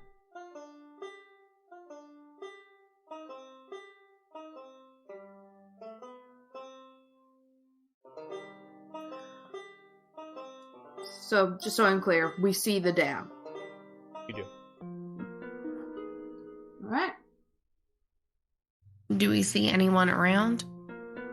I would need perception checks up for anything outside of quick glance. You're welcome to make it. Okay. I rolled a 7. Has it been an hour? By this point, it's been an hour, yeah. Okay. All right, I don't get to see all somebody the else give fancy me a roll, or colors. you do it with advantage, because I'm assuming everybody's looking around.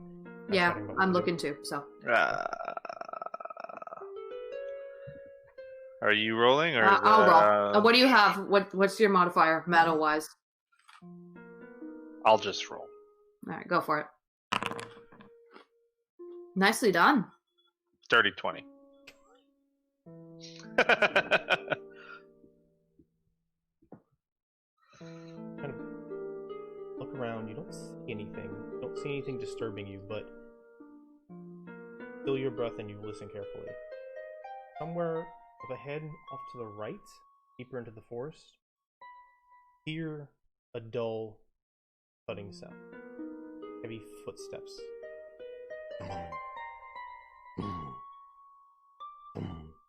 Lightly echoing throughout the air around you. So I'm like, there's something over there.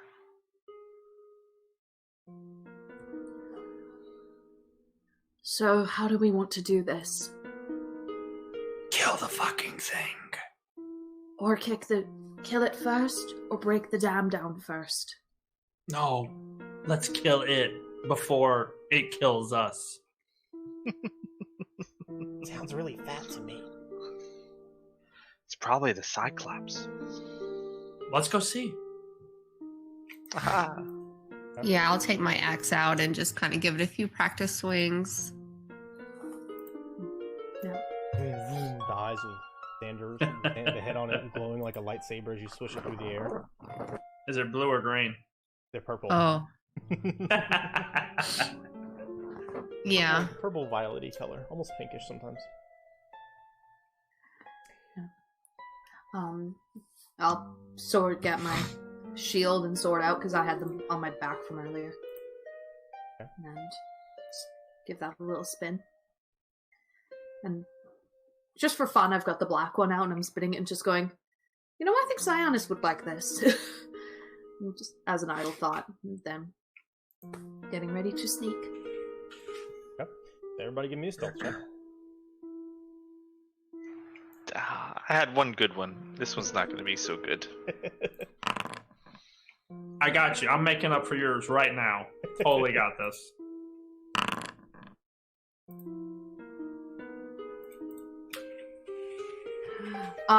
Your back is going to hurt from carrying us through this stealth check. You rolled double mine, so. I know! Oh, God. Oh my Oh, god! Yeah, no, All carry. three of y'all are like, sneak, sneak, I'm just, sneak. I'm just imagining what's that bit in like Parks and Recs, just like, don't be suspicious, don't be suspicious, don't be Yeah. suspicious, don't be suspicious. Alright, so you not very quietly, and you're well aware you're, for whatever reason, maybe it's your nerves, maybe it's the underbrush, something, keep getting hung up here and there, armor squeaks, rattles, but slowly you make your way towards these thunderous footsteps, getting louder and louder and louder. You start to see the trees thin out into what appears to be an opening, and off in the middle, more to the side, further away from you in the opening, there appears to be an old shrine built up on a circular pediment. It's pretty large. And then off to the right-hand side of that, you see a relatively small tent and several sleeping bags scattered around, and a fire glowing brightly. Kind of make that out. There seems to be some moving figures in this opening between the shrine and the tent. You're going closer and closer to get a better beat on things, and you see the large shadowy figure of a Cyclops. He is much closer to you, a few dozen feet at least, than the tent and shrine. There's a little bit of an opening between you. He's standing by a tree. As you creep up and you start to settle in to case the area, you hear as somebody steps on a stick, and he kind of turns, looks in your direction, and you can see that one massive eye peering the very, very light shadows there at the edge of the wood line. And you see a big, toothless grin here, all gums, all red. And he kind of waving to you in a friendly manner.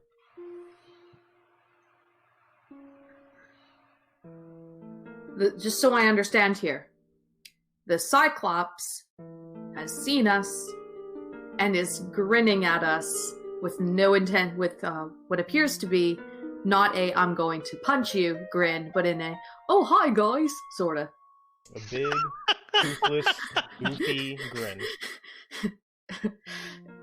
He's waving at you. I can't make myself toothless, I'm sorry.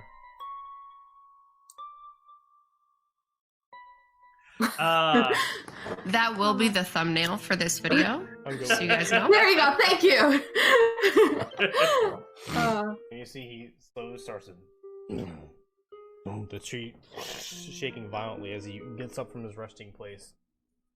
I'll wave very hesitantly. You wave back, and he... Yeah. How far is he from me? Or how far is he from us? So you're probably, I'd say, a couple dozen feet away from that single thick tree he's by. Mm-hmm. And then there's a few dozen more feet behind him. You see that large circular shrine raised up, and you see a tent, and you see various human individuals, most of them, if not all of them, with white hair, scattered about, just kind of doing things. Further behind that, at the edge, at the other end of the glade, behind the tent, you see what appears to be a wagon. Very colorful. One of the wheels is broken, almost in half, like it was thrown down hard. And it's all shut up and curtains are drawn on it. I can try and be friendly first, maybe? Let's probably talk to him away from them, because I bet he's got a loud voice.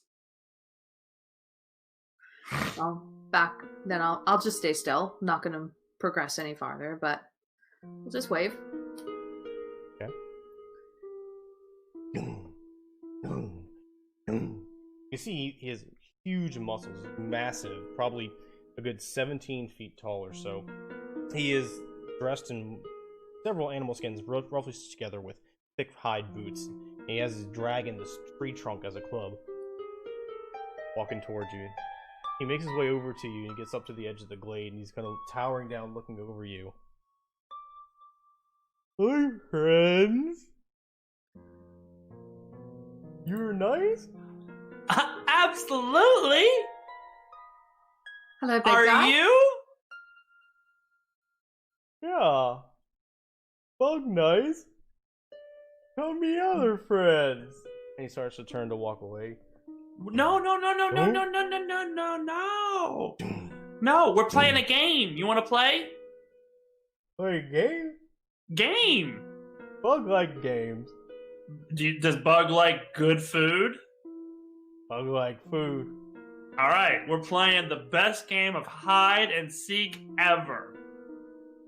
You hide as far over there as you can, and if we can't get you, we got the biggest plate of food you've ever seen, and the winner gets it. If we can't find you, you win. All the food you can eat. Promise.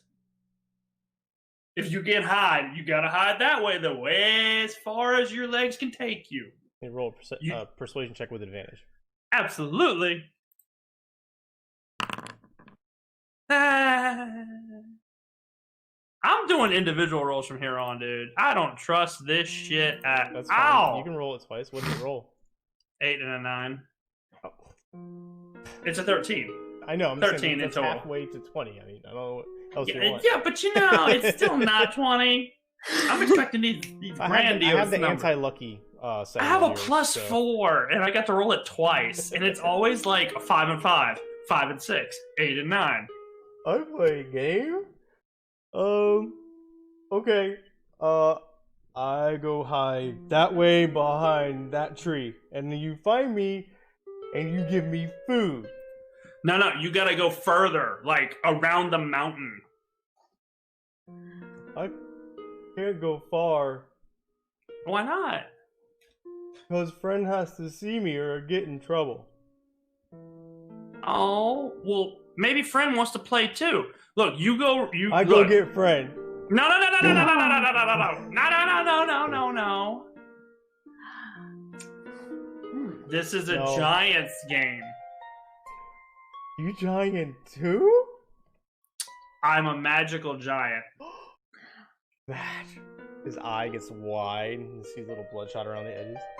You don't look magic, and he pushes you and you almost fall over as even though he lightly touched you. I'll catch him and pop him back up on his feet. No, I'm in small form right now. Look, tell you what. I think they're okay with you hiding for this game because they're going to hide too. So, you're not going to be that far away because they're going to be right behind you. So, if they're close to you, you're not out of sight. Because they're going to play too. So they're going that way too, around the mountain. While he's talking, I would like to lean over and, take a closer look at the group to see, have they heard any of this? What's going on? They don't seem to have yet. Glancing around as best you can without drawing attention. Several of them seem to be staged up as lookouts, although I guess the Cyclops was supposed to be keeping a look in this direction, because none of them are looking over here, and the other ones are going about some tasks with firewood or sharpening blades, things of that nature. Alright, you say friends are gonna hide, I hide, but you tell them hide too. I gotta protect them. I gotta hide with them. Are you telling them hide with me, and I will tell them you hide way around the mountain. I will tell them to hide with you. You can protect them. And then if we can't find you, you win the feast. All the food you could eat. Tell him I can guarantee he won't get in trouble. And my friend Renatus, he will guarantee you won't get in trouble. Friend? Alright. I'm going to hide now. Don't watch me. Oh. I'm hiding. Oh, God. As he walks, he as walks he through the gets- tree line further away. How tall is he? About 17 feet. Awesome. So as he gets farther and farther away, I got a good look at him because he was right in front of me. Mhm. I make a major image of him right outside of looking this way still. I just want to make an image of him looking out. Perfect. Nicely done. Poof. You got it, man. Oh, helpful Rennie. Told ya. I so helpful. Aren't you just so Right. precious? You have the exact duplicate image of this horned cyclops with a massive tree trunk sitting at his side. His back's up against the tree. And are you making a move or anything, or are you just kind of sitting there? I can't remember if major image no, lets you make a move or not. It's no, it can't really move. Okay. It's no larger than 20 feet, and it's just in a spot that I could see. Okay. And it lasts up to 10 minutes. All right. You got it.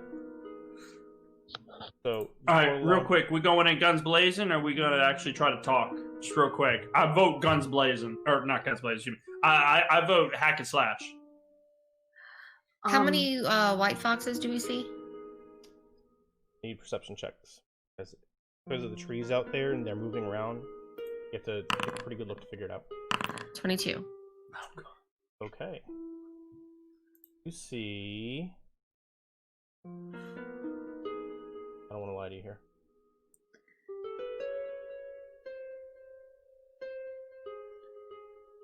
There's somewhere between 8 and 10 human individuals out there.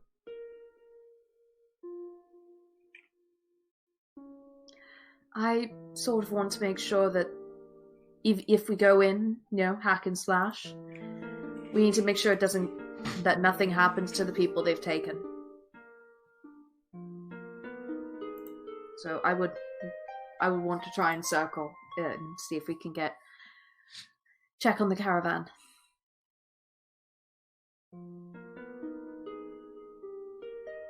Renatus, do you know how long you have on this image? Like, does he know? Like, can he be like, all right, we're on a clock? He knows how the spells work, yeah. Yeah, it's we have 10 minutes. And then that will go away. I can make it move, but I have to waste my turn to make it move, per se. Okay.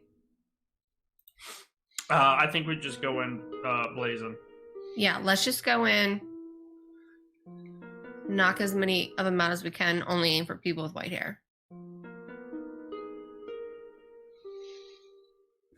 All right. Do we have a map, or is this theater of the mind right now? I'll give you all a map. It's theater of the mind right now, but I'll give you a map. You're about 100 feet from the tent, and then they're all within probably 50, 60 feet of the tent in various... I'll give you all a map. What kind of... Can I tell anything about the shrine it's at? Is it just, There seems to be an armored figure. It appears to be maybe Pythor or one of the Dragon Lords. It's kind of hard to tell. It's really, really worn. There's several marble columns and surrounding it, and some marble benches in front of it, and then there's seems to be a sacrificial altar in front of it, and there's a little fire blowing in it. Oh, perfect. We can just, toss all the bodies on there and sacrifice them. I guess so. I will spin my sword in my hand and just go. Then, let's go tell our friends that they should go hide, or we will go seek them. Putting you all in the bottom left corner, just because you're kind of at the edge of the tree line down there. You should have control of Lycus's token. Hercus's token, Lycus. And that token there, the Cyclops, that's where you made your images. You don't? Nope, it's red to me. Double check it. He is such a cute token, by the way. Oh yeah, that's awesome. Second here. Alright, so while I'm messing with that, what's the plan here? Do you have a plan? There's always a plan. We make the plan, expect the plan to go off the rails, and then throw it away. Usually, but I'd say we should maybe sneak up just as at first, try and go up relatively quietly so that we can have surprise as much as we can. So yes, I agree. So start making my way over. Sneak. Right. If you have control now, otherwise I'll just mess with it. Yeah, I have control, but he's super dark whenever I click him. Like the screen goes black. Oh, that's yeah, I didn't give him vision. Not bad. Yeah, no vision. There you go. Okay, Good now. But yeah, other than that, everything's fine. There you go. Adjust his skull back so he can see out the eye holes properly. Yeah, that's right. What's going on? All right, what are we doing? All right, okay. so all right. What are we doing, y'all? I'm kind of moved to say we should go up as quietly as we can to see how long we can keep up the element of surprise. Yeah, I was gonna get within throwing range and use my chakrams before heading in with my axe. All right. Jesus. Ugh, Jesus. All right. So I need new stealth checks from all of you because this is a new. You guys stopped. You talked all that other stuff, and you're gonna be doing something different here. You're sneaking. You're darting across open field, probably from tree to tree or something. All right, come on. I rolled a 14. Okay. I rolled a 5. I know. Yeah, but you gallop, so the size of a horse is pretty normal in these parts. Look at Josh playing the DM again. Can you give me a stealth check for Hercus? Should be able to do that in Foundry, I think. You rolled a 1. You're good. Okay, so otherwise, you guys all start sneaking up. Are y'all sneaking together as a group? How y'all doing this? I feel like I want to sneak individually, but I think we're going as a group. I'm gonna run to the first one behind the giant. I'm gonna let them do their thing. Hercus will stay with me because they're the frontliners, you know. Okay. You got it. So I'll let them do their thing, and then I just pick off the enemies as they're approaching. Okay. Real quick, Renatus, major image. Is that concentration or no? Yes. Okay. Putting that on you. Alright. Cool.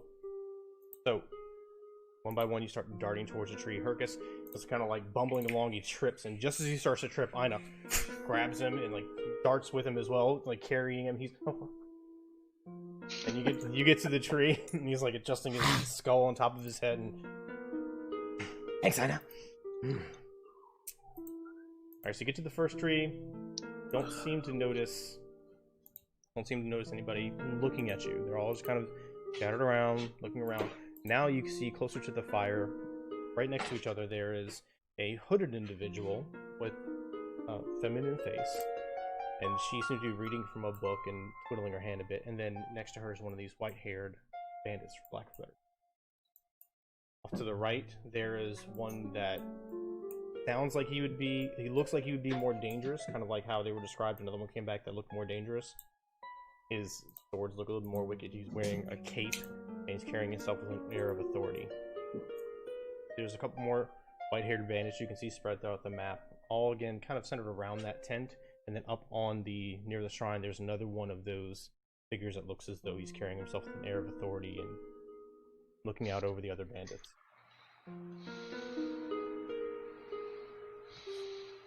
And just so I'm clear, the Cyclops has wandered off.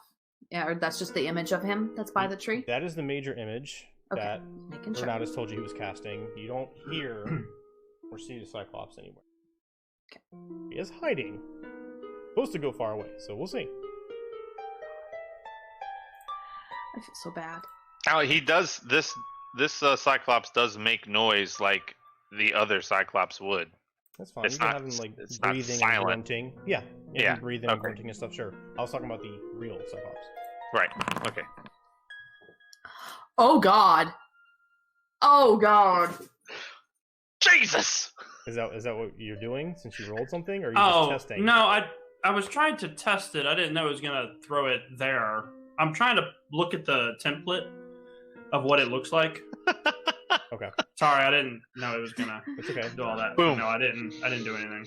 You can go into your character sheet on Foundry and restore that spell if you want. So you Did it actually cast it? Because I told it to hit cancel. It looks like it cast It rolled damage. Check your spells to make Yeah. sure. It looks like it All cast right, that's fine. I'll get it. Okay. So now what? I would like to. I'm gonna look at a group and say, like, I'm gesture, like I'm going to go, and then I'll point to the one that's over here. Okay. And say, I'm gonna go move closer to that one. Because look out. Go for it. Oh. They see Huron silently creep up. So everybody on the edges is looking out against the tree line. The who you assume could probably be the mage, because the only one that looks feminine, reading a book, and she's absorbed in that, and the other one is next to her, sharpening a blade. Everybody else I know. I'm gonna explode the mage. Okay. You just charge the son of a bitch after I do that. Okay. Ping, Hey, where you want me Renatus. to charge? Where do you want me to charge at? Find somebody with white hair and kill him. Okay, not a problem. Renatus, you want to hit the mage with me? Yeah. I mean, I'm gonna hit him with a boom. You can hit him with whatever. With the boom, huh? Y'all are about Hit him with a shakalaka. y'all are about 70 feet away, just so you know, from the mage. Oh, I'm a sniper, baby! I'm just letting you know. Oh. I ain't Yeah, but worried that's about fine. no 70 feet. Yeah, I just got moved. Okay, there, boom. Now I'm within range. No worries. Not there. Oh, So here I'll say I'll set back here sort of that was 30 feet, and then once I get sort of more of a signal, I'm gonna rush over. hey, and what's I'm this in the going to- middle right here? What is this thing? Yeah, I'm gonna go stand by Euron. How big is that rock? You could probably hide behind it if you really wanted to. It's low. That is a but you could beautiful get down on rock. like your hands and knees if you wanted to. That's a nice boulder. That's a nice boulder. All right, I'm gonna keep an eye on that thing, and then there we go. Now I'm within range. Okay. So I know I guess move up closer to Euron. And I'm like, y'all ready? Ready. I give the Renatus the thumbs up. And a little fire nugget. Just Okay. Do you want me to keep the same roll since I've already cast it and everything? That's fine. Okay. I'm shattering the mage. 25 damage. I need a Constitution saving throw from those two. First, I need everybody to roll for initiative. Yay! Oh, but we're... Oh. It's a surprise round. Calm down. I got these I know, rules I'm having covered, fun. buddy. Making me feel sad. Oh, God. hey-o. That was terrible. I don't see your boy on there. Ooh. That's because I haven't hidden 1 second.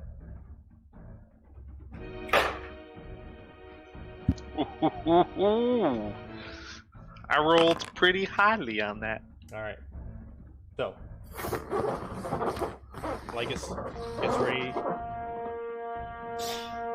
At that moment, you see a couple of the bandits and mages kind of look up, hearing a voice come from Lycus, and this massive cacophony of noise centered around the tent. The tent kind of blows over to the side.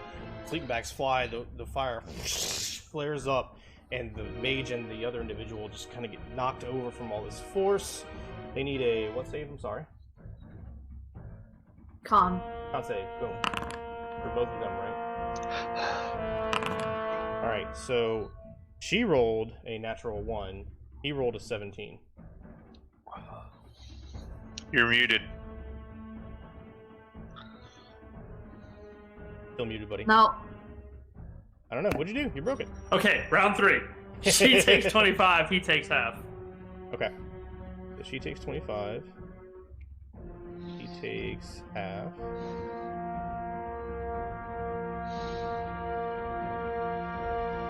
Alright.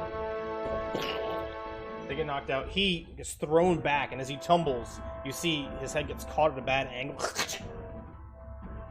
Falls over sideways. He's dead. She gets blown back, and she falls on the ground, and she... looking around. So that was your turn. I'm gonna modify your initiative to be another above for Natus, because you kicked this off. For Natus, you're up next. What are you gonna do? Yeah, she like looks up and is just like breathing really heavily and making weird noises. I'm gonna hit her with a firebolt. Go for it.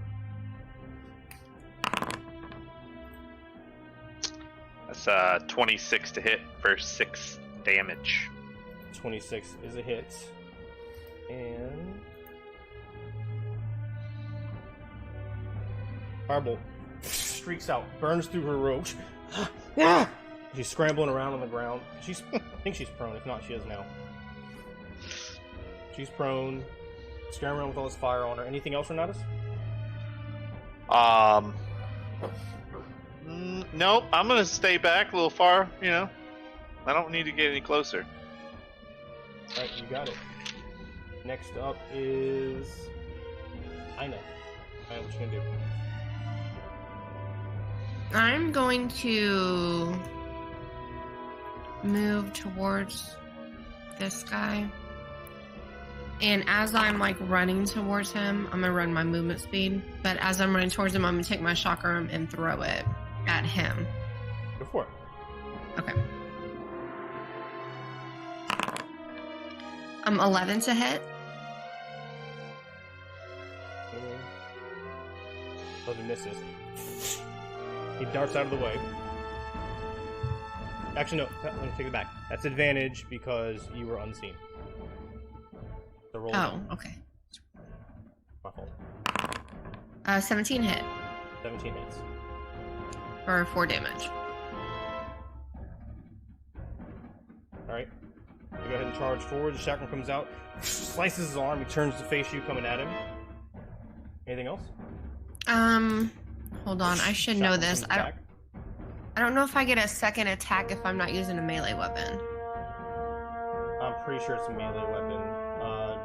Double check it though. If you do, I'll let you get the second attack when you come back around after you double check that. Okay. Gotcha. Oh, I want to rage. Okay. Then you rage. Okay. Beautiful. I rage. All right. Next up is Hercus.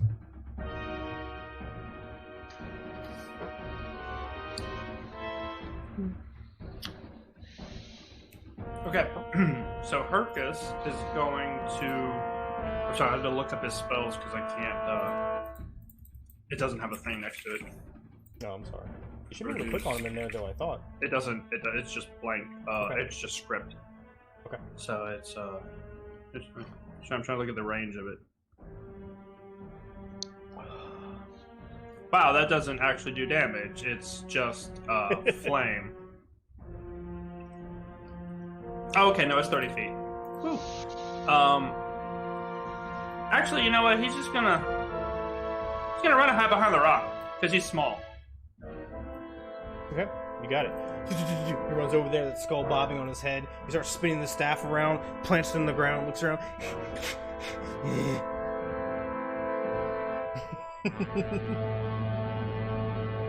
He's doing an awful lot. I just want to say that. Anything else? No. Okay. No, that's it. He's hiding behind a rock. You got it. Hide.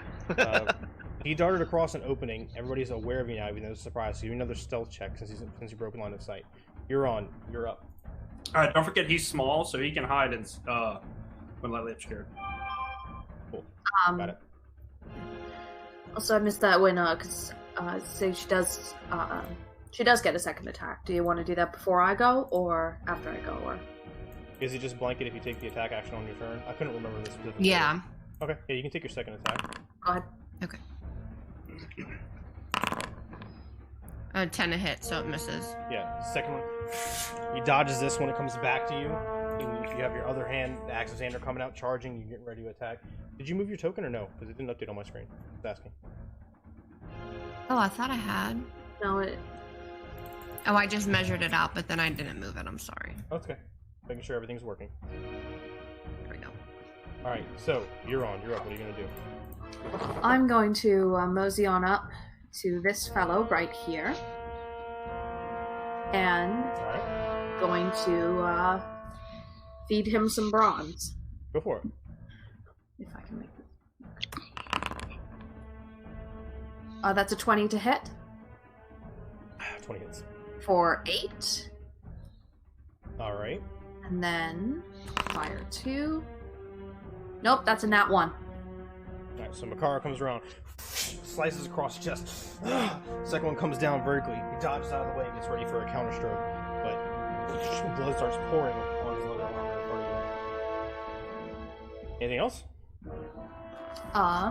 No, that is going to be it. And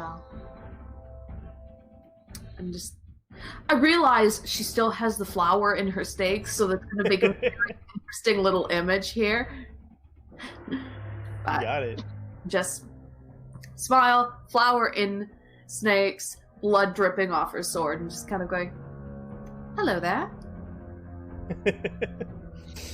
Not you. Lycus, you're up. What are you going to do? That. Once I finish eating my cookie, I'm going to move closer. Right about there. I can't see inside that temple, right?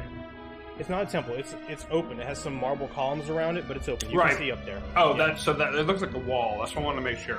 Correct. You Okay. can see the individual with the cape. You can see him clearly. Yeah. The one So off to I'm the not left gonna. is I'm mostly gonna stay behind on marble this side of Euron, Okay. and I'm gonna aim at the mage again. Okay. And I'm gonna cast Dissonant Whispers. Okay. Ooh, damn. Need a save, right? DC 14 Wisdom save. That is a 12. That's full damage. She took 17 damage. She did. She turns to face you. She picks her hands up and starts conjuring up. You see this bright blue energy, flecks of ice, swirl up into the air. Quickly, you summon your powers and see your head start to rack, and the spell kind of shatters out of existence. You start to feel a little bit of cold. And she racks back and forth, and she gets up screaming, scrambles over and falls into the fire, going up in flames. She dead. For Kira! You gotta call it early. You gotta, like looking at Euron. You gotta call it when they burn, or it doesn't count. All right. Okay. Alright, anything else like And this? then, I'm gonna jump back behind my tree, Okay, and that'll be it. you got it. Renatus, you're up. Just so I know, that other guy by the fire is dead, right? Oh, yes, I'm sorry, I didn't remove his token. Oh. He is. Yeah, they're both dead. I guess took both of them out. My bad. They both dead. All right.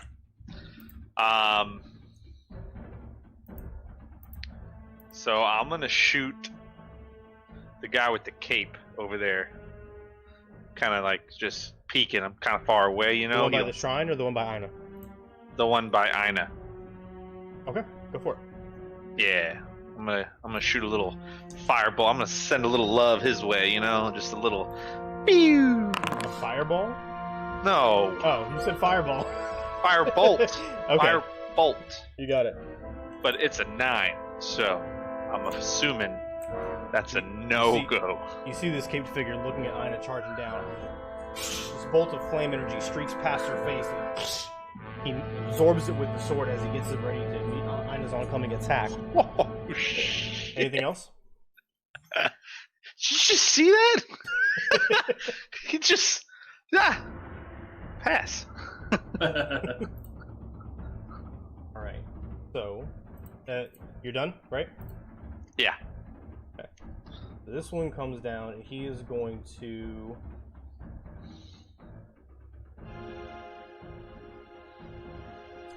He jumps down, charges over towards Euron, engaged with this other bandit. He is going to lash out at her. You see him come down, his scimitar, and he whips out a dagger from his belt, and 3 quick attacks at Euron. That is going to be a 9 to hit, an 11 to hit, and then an 11 to hit. All 3 miss. Alright. He comes in, murdering his eyes. Slash, slash, slash, shield. Ching, ching, ching. Meanwhile, you remember your bandit's over here on the right. He's grinning at you, and he starts to circle left and right around you. Next up is the bandit over there in the tree line past Ina.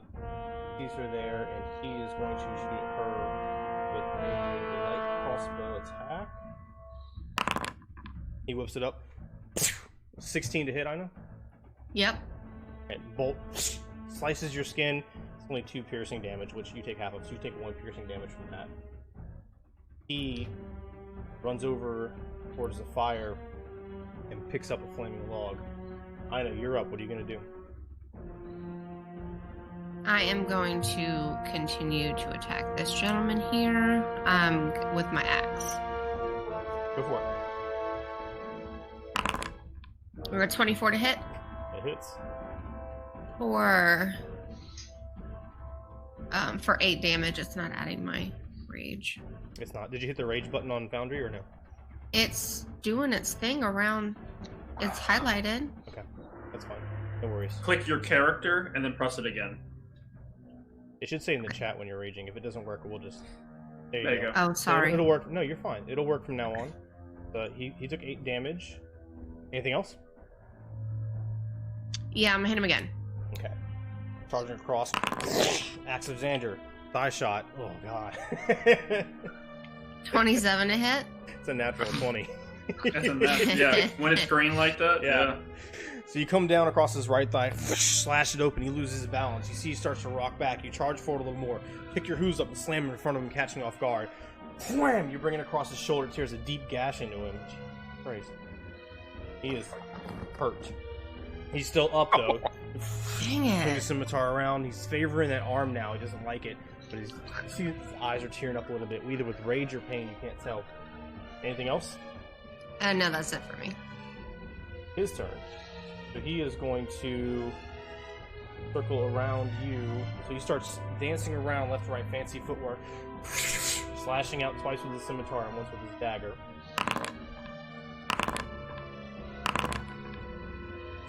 It's not just you tonight, Josh. First scimitar attacks at 12, second one's a 7, and then he comes back in with the dagger at your throat for a natural 1. That's cute. So he slashes out as he's dancing around you. You turn and Kicker who's up, backing him up, and he's thrown off guard. He doesn't know what to do. He can't seem to find purchase. Hercus, you're up. Oops. Hercus is gonna cast Call Lightning. Oh Jesus! All right. So Hercus, y'all see Hercus just stand up and raise his hand to the sky and start, ah! You know, whatever, however the hell they'd be doing all that nonsense, you know, that hocus pocus thingamajiggy they do, you know how it is. It says he doesn't have any spell slots. Don't worry about that. You should be able to ignore it. He has spell slots. No, I can't. It won't let me ignore it. Okay, hold on. 1 second. I did that. Is he like chanting and? Yeah, he's chanting and hooting and dancing and kind of raising his hand. He's doing the rain dance right now. I'm just imagining, like, you know, the song Witch Doctor? I'm just imagining him just like, ooh, ee, ooh, ah, ah, ding, Yeah, ding, there you go. bing, bang. That's a good one. Yeah, it doesn't say he has any spell slots. Yeah, no, his character sheet's Foundry's messed up. I'm fixing it. Okay, Oh. 1 more second. Oh, there it is. Okay, I see it. Okay. Oh, you're awesome. All right, should work now. All right.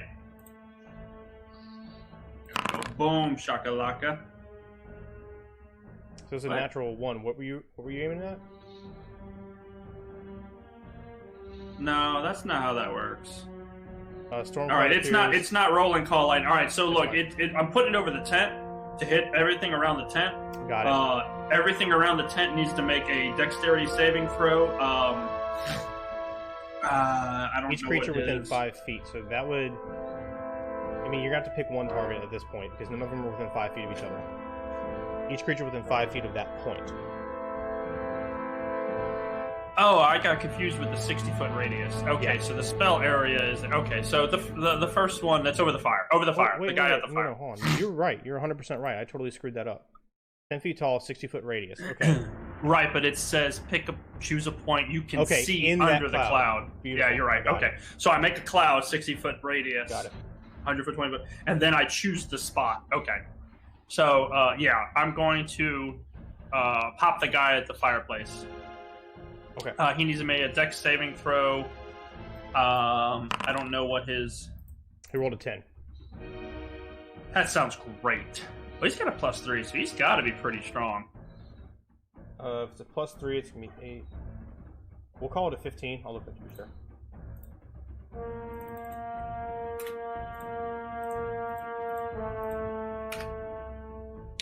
So he's going to take 4 And damage. he's going to be 18 damage.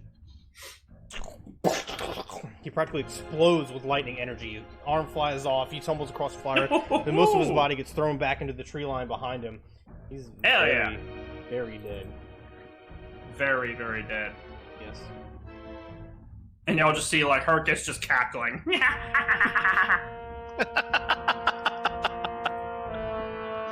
how that. Now we're coming with I got him good. gas! I got him good. What else? I got him! I got him! Did you say it? Alright, anything else, Hercus? And then he's just gonna duck under his rock.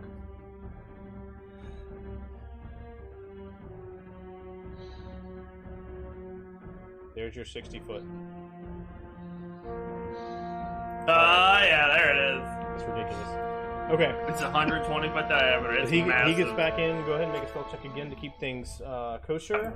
Yep. And you're up. What are you gonna do? The one that's wounded, I will. Actually, first I'm just gonna go, no, you're not doing it right. To the one before and go, like this! And then I'm going to stab at the one that's injured. The bandit next to you? Go for it. Yeah. That's a 12 to hit. 12 hits. He For six. barely can't dodge out of the way. Less. For 6. Makara, right into his neck. Rip it out. Blood flows out and crumples on the ground. Like that, see? And then turn around and go at the new guy. Go for it. That is a 26 to hit, but only for 5 damage. 26 definitely hits, and I got your 5 damage. Yeah. So you turn around, you lash out wildly, trying to catch him off guard as you heard him creeping in. A tiny cut on his side. He grins at you. He's ready to engage hand to hand. Anything else? No, I think we're solid. I'm saving my action surge in case our friend comes back. Okay. So. This bandit here starts across to get good line of sight on you. You see him whip with the crossbow. At Euron, flies out, 6 to hit, doesn't do anything. Nope. Another bandit comes back from behind. He starts running towards the tent. Takes his full movement to get there. He reaches down and picks up a fiery log and uses action to dash. He can't do anything else. Where's this guy? On the guy who's comment tracker not. His comment tracker is done and he isn't on here. He's not. I need to add him, so he's going to go now. And he is going to charge up I know. And he's going to shoot at you with a light crossbow because he can't get to you. So he's running at you. Light crossbow flies over your head. He throws it down, whips out a scimitar, and we are back up to Lycus. Lycus, what are you going to do? I'm going to just stare in awe at the beautiful lightning strike of that amazing druid. Like, wow, that really was something. I'm going to give him a big thumbs up, and then I'm going to grab my pipes and shoot the son of a bitch that's kicking Euron's ass. Go for it. So...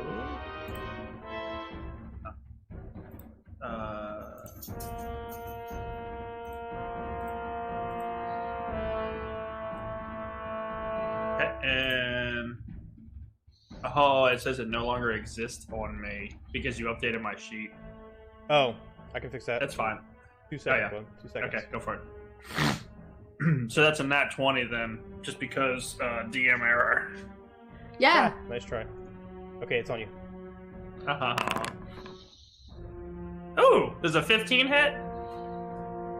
Check. Yep, 15 hits.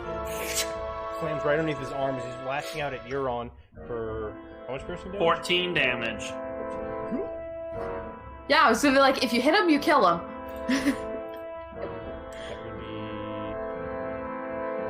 The dart penetrates deep in his arm.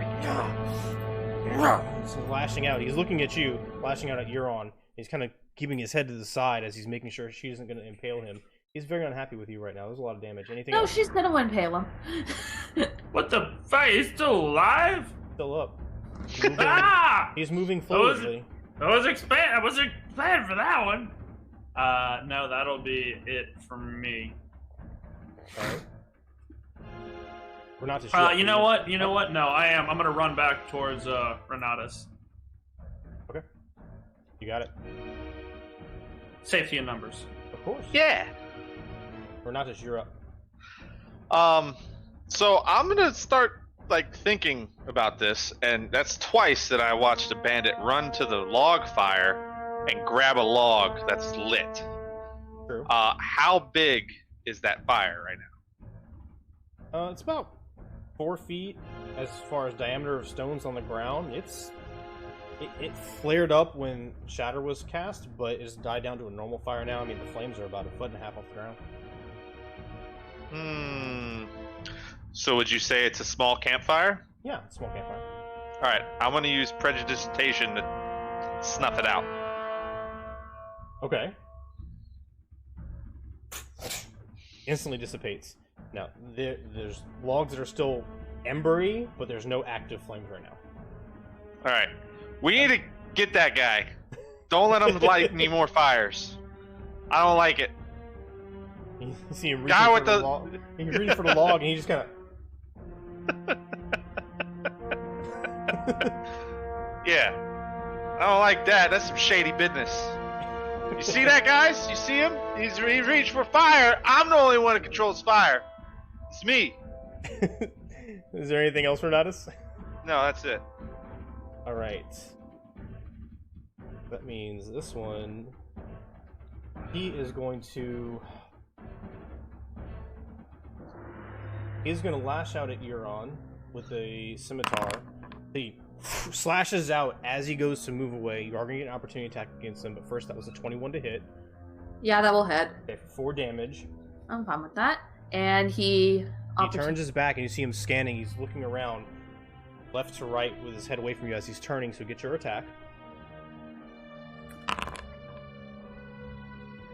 No, that's a 10 to hit. Alright. You move toward him. He darts out of the way real quick and he charges over towards Perkus, who he sees maintaining that lightning spell, and he is going to slash out with a. You don't see shit! You don't see it. I wish you didn't see shit, so that's a natural 20. 14 slashing damage. Damn. Wow. And then he's going to follow up with a dagger attack. 22 to hit for 7 piercing damage. How much total now? That is going to be 21 total, and that's going to be 2 separate Constitution saving throws. I mean, concentration. Constitution saving throws for concentration. 21 total. Yeah, 21 total. And you have to beat a 10 on both of them. Yeah. Nope. Okay, so Okay. first scimitar right down his back as you try to knock out of the way. Lightning cloud completely dissipates above him. He grins, brings a dagger around, slams it into Hercus' shoulder, slams it away with his staff, and he has this really feverish look to his face as he's engaged hand to hand with this cloaked figure. Aina, you're up. What are you going to do? I am going to attack the dude right in front of me that I've been hitting. Does a 16 hit him? Bring the axe of Xander around. He parries it away with his scimitar. Dang. Alright, I'm gonna hit at him again for a 21. That's a hit. For 11 damage. You got it. Xander comes around. There a little scrape down his side. He's bleeding even more. He's still on his feet, though. The hell?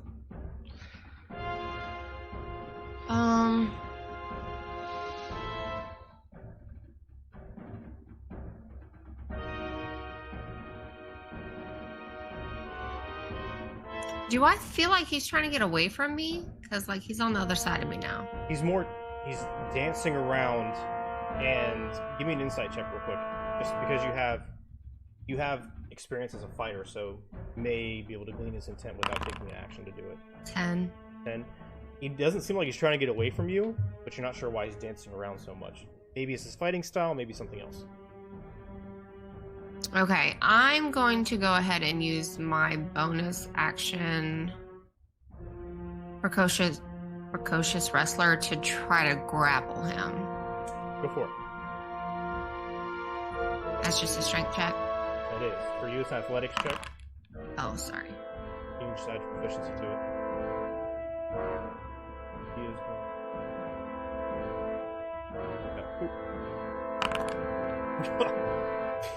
So you grab out. He starts to dart away, but kind of trips over his feet, and you grab his chest at the last minute and bring him around and grab your arm around his neck. He's grappled. He's trying to find a way to start stabbing at you. Anything else? Okay, no, that's it for me. Okay, so his movement speed is 0. Have him grappled. So he is going to stab at you with his scimitar twice and his dagger once, since you have him grappled. That's a crit on the first scimitar, a natural 1 on the second scimitar, and a crit on the dagger. But you're a raging barbarian, so it doesn't really matter. First scimitar comes into your flank. That's 13 normal, so that's going to be 6 halved. And then the second scimitar, you kick it out of the way with your hoof, but he catches you off guard with the dagger in the other shoulder, and that's 6. So for you, 3 piercing damage from the other dagger. Perkus, you're up. Let me remove this cone and take concentration off of you, and you do what you gotta do. What kind of bear does he turn into? It doesn't say brown bear, black bear, polar bear. It just says bear, and I don't. There's no bear. I'm pretty sure it's a brown bear. I'll double check for you. Dire bear. Yeah. Dire bear would be great. Pretty please? A werebear. It must be. I'm thinking it is a brown bear. Their bear. Yeah, it's a brown bear. Wow, he's weak. I mean, All right. Sponge point. Yeah, he's gonna turn around on this guy that just hit him. You just see him kind of throw his hands down, and he just morphs into this big old large brown bear, and he roars out an attack and goes to hit this guy. Oh look, it actually found the 16 to hit. 16. He parries the claw away. What the fuck? No, that was the bite. He parried my mouth away. I'm sorry. He brings a parry up. You have to pull back at the last second. What's the next 15. one? So misses. 15 is a hit. How did a 16 miss but a 15 hit? Oh, I know how. He Okay. brought the scimitar. You had to come back a little bit to avoid getting hit. And then you lash out with your claw. That opening. Tear across the skin. Yeah, for 13 damage. Just rake it right across the chest. Dance across this bitch. You got it. And he just lets out this beautiful bear roar. Because, yeah! Nice. You still have to roll everything, but that's a token. I'm just going to hide you the other token for now. Yeah, I just can't move it. Yep. That works. Alright. Then you said that was 16 damage, right? Yes. No, 13. 13 damage. 13? Okay, you got it. Alright, so the claws tear through his leather armor, leave a streak of red. Your blood-soaked claw slams into the ground. And he's like... Alright, anything else? No, that's all he can do. Alright, next up, you start to hear off in the distance sounds of trees falling. Echoing the sound of Cyclops echoing from out somewhere in the distance of the forest. What's going on? A storm? You're up. What are you gonna do? Well, first, Euron's just like, oh, fuck the lightning. But then is one more to worry about is going to rush over and going to feed this man some bronze. Go for it. Crap, wrong screen. Nope, that is a 9. First hit, attack. so Misses. fire 2. Much better. 16 16 to hit hits. for 7. You got it. Car comes out. You splash forward. You have to pull back at the last second to avoid hitting Hercus. Then you catch him off guard, hit him in behind. Dig into his back a little bit. Anything else? No, that's gonna be it, other than just very unnecessarily going to just go, oh shit, incoming! Got it. Alright, so that means this bandit is going to charge over in this direction. I'm gonna pop another crossbow bolt at you, you're on. 14 to hit. Miss. These two bandits are going to join the scrum against Ina. They come in, scimitars blazing. First one is a 20 to hit, not a natural 20. For 4, reduced to 2. The second one is a 13 to hit. Does that hit? No. Okay. First scimitar. Cross your back. The second one. You elbow him out of the way. You're back at the top of the order with Lycus. How How close do I think that giant is? Like, am I seeing trees shaking? Like he's coming? You have. Like I think I hear his thumping. Like he's gonna be here in 5 seconds. He's not running, but not too deep in the tree line. You see tops of trees falling over. Do I feel like he's gonna be here in about 6 seconds? Possible to say. It's not impossible to say. It's gonna be soon. It's gonna be soon. Okay. I'll be like, I'm gonna be like, hurry up! And then I'm going to. Not you! You hide! I'm gonna shoot the swashbuckler that's fighting the bear, and you're on. Go for it.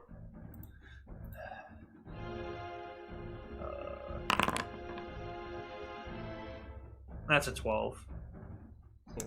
Shot goes wide this time. Trying too hard not to hit Euron and Hercus. Yeah. Anything else? Oh,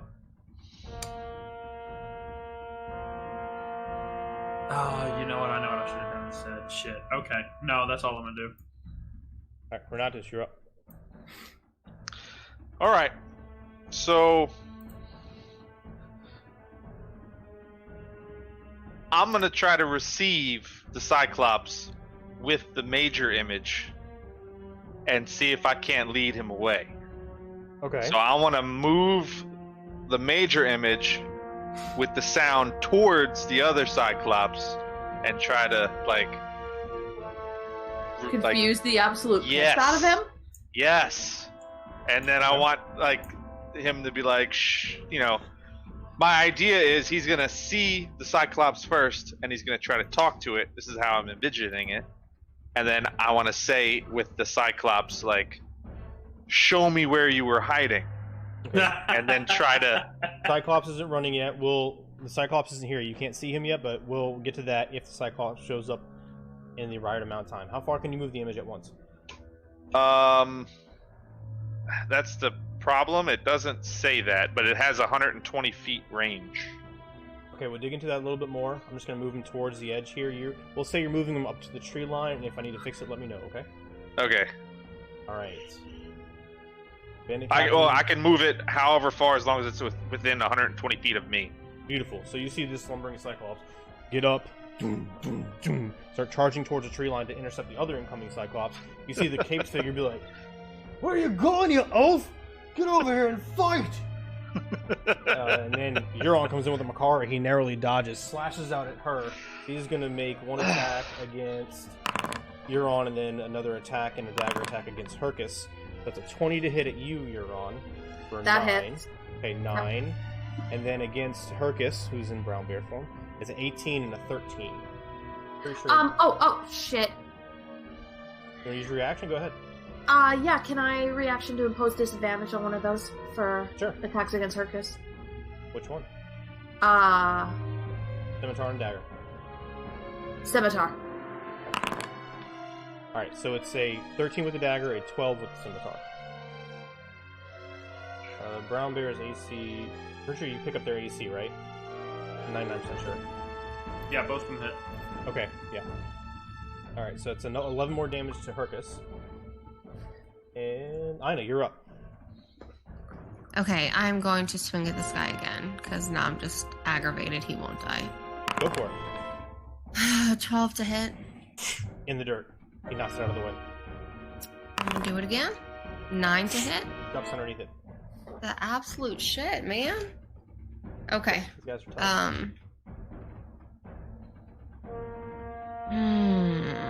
Yeah, that's it.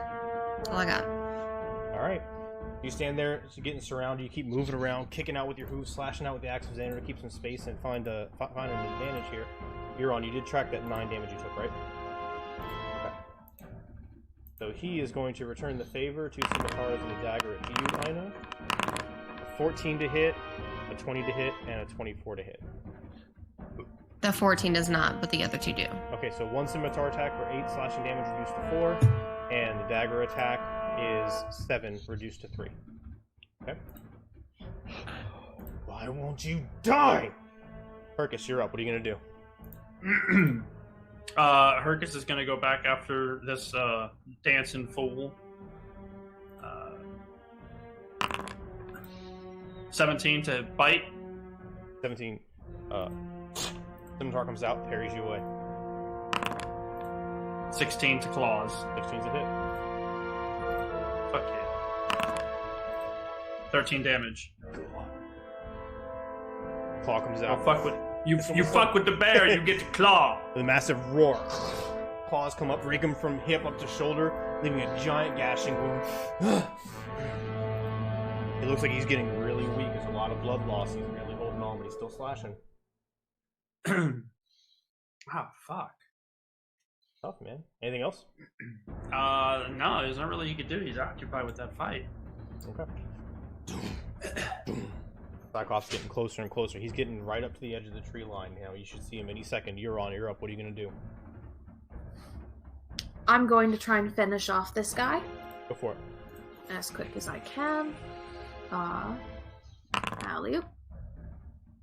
17 to hit. Yeah, Hit. for 12 damage. It's max damage. Yay! He slashes out the Makara, slices across his throat, not deep enough to kill, but he puts his hand up with the dagger trying to staunch the flow, and he's like wildly swinging at you, barely holding on to life. Oh, honey. He's stumbling No. around, just slashing out. No, that was a nat 1, so he's got a few more seconds of life. And apparently so. Scimitar comes in, narrowly deflects your strike at the last second. Bandits are up. This one is going to run up and engage with the bear as well, seeing one of his bosses in trouble. It's a 9 to hit, which I'm pretty sure is a miss for the bear. And then these two over by Ina are going to take advantage of positioning and attack at Ina. First one's a natural 1, second one is a 15 to hit. A 15 hits. Okay, so it's 5 reduced to 2. Keep rolling odds, you keep benefiting. Awesome. Lycus, you're up. What are you going to do?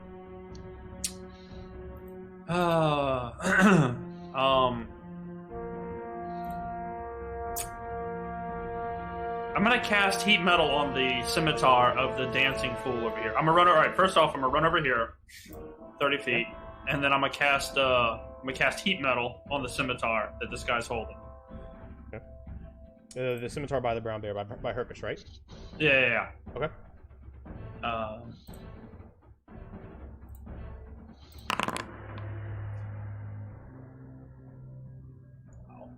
So I don't know why it does that. All right, I need a. All right, so he's gonna take 4 damage just for holding the weapon. Okay. He must succeed on a Constitution saving throw, or he drops the object if it can be dropped. Okay. So was this the white-haired individual next to Euron, or this was the one that's been taking a lot of damage, has his neck cut by Euron? This is the one that's dancing around, the scimitar wielder guy. Okay. So you focus. Send an arcane energy playing through your magical instrument. You see the scimitar start to glow bright orange as it's lashing through the air, and then suddenly, from the tip, flames arc up towards the handle. Grab his hand, he drops it, but it's too late. It travels up his arm, and before long, he's fully ensconced in flame. Screams around as dances before succumbing over about 5 feet away, a pyre on the ground. Oh. Well, fuck it. Anything else? No, that's it. I just.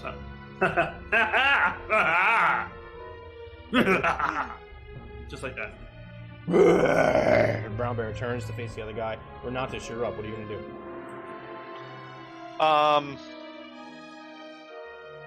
Well, it really depends. I used my action last turn to move this other fake Cyclops. Right. Do I save my action now to be able to talk as him when the other guy, who I assume is coming this round? Does the spell say you have to use an action to talk as him, to make a sound? Up to you. It definitely says, I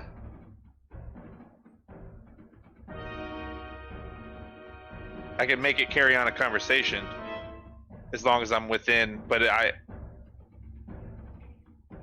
only as move. So I guess not, yeah. Okay. So we'll say it doesn't cost you an action. We'll look at it together later. okay. If that's the case, then I'm shooting a firebolt at the other head honcho guy who's dancing around Ina. Go for it. Because he's dancing. That's a 21 to hit. That's a hit. 13 damage. You got it. Firebolt comes in, knocks him forward. He stumbles into Ina. She kind of kicks back and looking around. He sees you over there. He looks at her. Looking at his friends. He's trying to figure out what to do. He's still on his feet. There's a big scorch mark on his upper left shoulder now, on the leather. Yeah, there's more where that came from. Alright, I'm done. Ina, you're up. Alright, I am going to follow that firebolt with the axe. 22 to hit. That's a hit. For 14 damage. Comes through. Caught him off guard. Massive wound. Barely on his feet. Okay, I'm gonna hit him again, motherfucker. 13 to hit. That's not a hit. But he doesn't dodge. He stumbles out of the way on accident, and you're so furious you can't correct it at the last second. Barely up. He's not even grinning at you anymore. He's just trying to breathe. Can he dodge if he's grappled? Dodge? Yeah, like can he do that? Yeah. It's just you can't move. He wasn't taking the dodge action or anything though. That's what you mean. Yeah. No. Okay. Yeah, that's it for and me. the other thing where he can temporarily increase his AC, he can do that too. That's not the dodge action either. But that had nothing to do with it. No, I have no idea what that's about, but Okay. Cool. You're good? Alright, well, he is desperately swinging out at you, trying to stay alive. That's a 22 to hit, a 23 to hit, and then a 15 to hit. So that's 5 damage reduced to 2, 5 damage reduced to 2, 4 damage reduced to 2. So 6 total damage. Each slash of blood's like flowing off of his arms onto the blades and flicking across you as he's swinging out wildly. Hercus is up. What are you gonna do, Hercus? Hercus is going to slash at this guy that's that white-haired fool that's in front of him that looks suspiciously like a drow. Totally not. 11. 11 is a hit. No, sorry, miss. Miss. No, I think you said it. I corrected it before you did anything else. I see. You snap out, he narrowly dodges out of the way, come back across with your claws. Roll. Miss this bitch. It's always the same. Miss the bite. That's a hit. Shit. Fake out. What's your damage? It's going to be and I love it because it's more damage on the claws. 10 damage to this fool. So you snap at him, he dodges away, brings the scimitar back towards you. You recoil and then slam your claw out, knock him over, pounce on top of him, and start tearing him with your claws in your mouth. Just ripping him to shreds. Animal instinct to the max. Yep, he's done. Anything else? No, that's it. That's all he's doing. That's all he's doing for now. Alright, you got it. Boom, the last of the trees fall at the edge of the clearing, right in front of this major image of a cyclops. And Who? When did you get here? Friend? Friend? Friend! Friend! I'm friend! No, you? Slashes out, takes his action to do so. Club goes right through it. Oh? He's like looking sideways at it, trying to figure it out. You're up. What are you gonna do? Well, now that bear is dead, not the bear, the fella is dead, I am going to run over. And I can't pull out a new weapon and attack this round, can I? No, you can. We home ruled that. You can do it, but so can enemies. So don't worry about it. Yeah.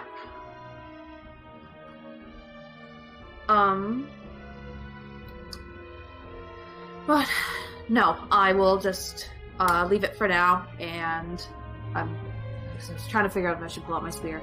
But I'm going to just keep holding on, and I'm going to try and whistle, and well, not really whistle. I want to try and see if I can taunt some of the people surrounding Ina into coming to me. Okay, you got it. So Give just me a intimidation check. Why not? That sounds good. Let me know what you rolled. go. Nope, that's a 6. Right. The one charisma thing I'm good at. You see, as you whistle, you see he turns. He starts to turn towards you, and the other guy with the cape with the scimitar. Not her. Her. We'll get her next. So he turns back towards Ina. And let's see, the bandits are up. There's only 2 of them left. They look really scared, but they see the Cyclops there, and their boss is still alive, and they don't want to take a chance he's going to survive and kill him later. So the first is a 17 to hit at Ina. The second one is a 12. 12 does not hit. Okay, so you take 3 slashing damage. That is 6 halved. And we're back up to Lycus. Lycus, you see the Cyclops over there. He seems really angry seeing his friends dead on the ground. He's trying to figure out this thing, but he keeps glancing over. He doesn't really know what to do at this point. Ina's in the middle of 3 people. Hercus, you're on. You know the deal. What are you going to do? I'm going to cast Shatter right on top of Ina. Okay, go for it. At level 3. Okay. I'll take that. It's not going to hit you. Oh, It's too wow. small. So they all need to make a... I need a DC 14 Constitution saving throw. Okay. So the cape guy... Oh, oops. Yeah, if you click... I didn't realize that's what I did. It's okay. So the leader has a 14.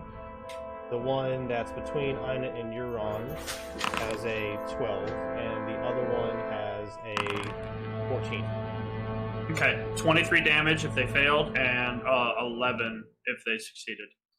Okay. Let's see. So, some of the last bit of arcane energy you have at the moment. You feel this massive force underneath you, Ina. It rocks and kind of picks you up off the ground. You fall down, struggling to maintain your balance as you come down. You glance around. You see all 3 of them slammed out. The 2 individuals to your south, the guy with the cape and the other one, slammed into the trees, and one's a broken back. The other one hit his head. They're both dead. And the other one gets thrown away into the ground, kind of skidded, and left this giant dirt mark on the ground behind you. All 3 of them are no longer moving. And I scream at him, "Now kill the fucking giant!" Jesus. So that means that I took the damage too, right? There's nothing crazy Yes, about that. she took the... No, she would... I mean, she's raged. She took half. But yeah. What kind of damage was it? Thunder? Thunder. Yeah, so I don't think she took half, would she? It's piercing, bludgeoning, and slashing. Oh, I keep forgetting she's not a bear. Correct. Sorry. Yeah, so she took full. So your insides hurt, your ribcage is sore from the force of this arcane energy. Pretty sure you're still up there, right? Yeah. And then I'm going to 25 feet to get closer to her. What's your concentration on? Anything, or is that just leftover? That... I don't know. Okay. That was from the Did you- heat metal. Did you Okay. put dancing But light? it should be Oh, over. okay. I don't know how to cleared it. take it off. Okay. Yeah, that was from the heat metal. You got it. I'm gonna move these tokens on here just so y'all can see them a little better. Alright, we're not too sure up. What are you gonna do? I'm gonna. Damn it. All right, so I'm gonna use my action to like you circle the Cyclops with the other Cyclops and like wave the stick like, "Whoa!" you know, and like act menacing. And I want to move the Cyclops, like just around. I just want to like move him around and like just circle him a little bit. Okay. To get his eyes moving, like get his head so he's still confused. Got it. Ina, you're up. What are you gonna do? How far away is the Cyclops from me? He is approximately 20-30 feet. Okay. Close to 30. I'm just gonna shout at him that his friend said to go home. Like, I don't want to just attack him. Give me a persuasion check. He's enraged though, so it'll be hard now.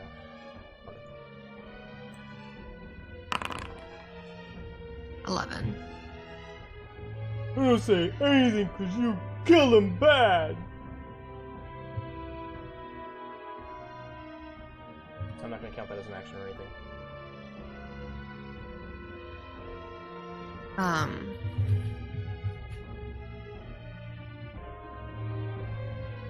Okay, so I'm gonna charge at him then. Okay, go for it.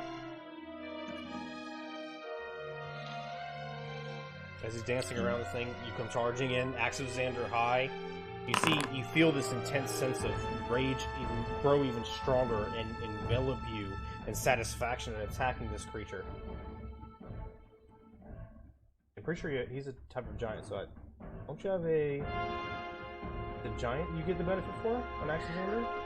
Pretty sure. Yeah, not to attack though. Okay. Just When you hit one of those 3d6. Yeah, Extra when you 3d6? hit. Okay. So that 14 hits. I rolled an 18 a hit. I'm sorry, 18 hits. Well, now you know the AC too. 18 hits. I was looking at the wrong number. So let me roll the. So then I rolled a 9 for my 3d6. Alright. Actually, you rolled the d6 plus 3. Yeah, you did. How do I roll 3d6s So then? the d6 on the bottom of the chat, just hit that 3 times and then hit roll. Oh, sorry. No, you're fine. Learning curve, we're good. Okay, so 10. So 19 points. That's 24 points of damage, right? Yes. Beautiful. Oh no, hold on. No, because I charged at him, so I get Okay. that extra too. That's awesome. Which is an extra 1d6. So 5, an extra 5. And if you're still raging, rage damage too, That- right? that's Yeah, already it on added there. that. Yeah. Okay, awesome. So Ina starts charging across the open field after apparently failing to reach sense with him. He turns from the illusion. Boom! The great creature slams into the ground. You dodge to the left. Climb up the tree, jump in the air. Axis Xander slams down into his upper clavicle area. A giant gaping hole as you tear down, gravity pulling you down. You feel this immense sense of pleasure and hatred flow through you as you're ripping this creature apart. And my friends! And he starts coming after you. What else are you gonna do? I'm gonna hit at him again. Go for it. And I rolled a 1, so no. Come to the ground. Boom! Massive foot narrowly blocks it out of the way. Alright. Are you done, Ina? A giant is how many sizes bigger than me? He is 2 sizes bigger. He's huge. Okay, I'm gonna use my bonus action to try to grapple him. Go for it. He is... I rolled an 11.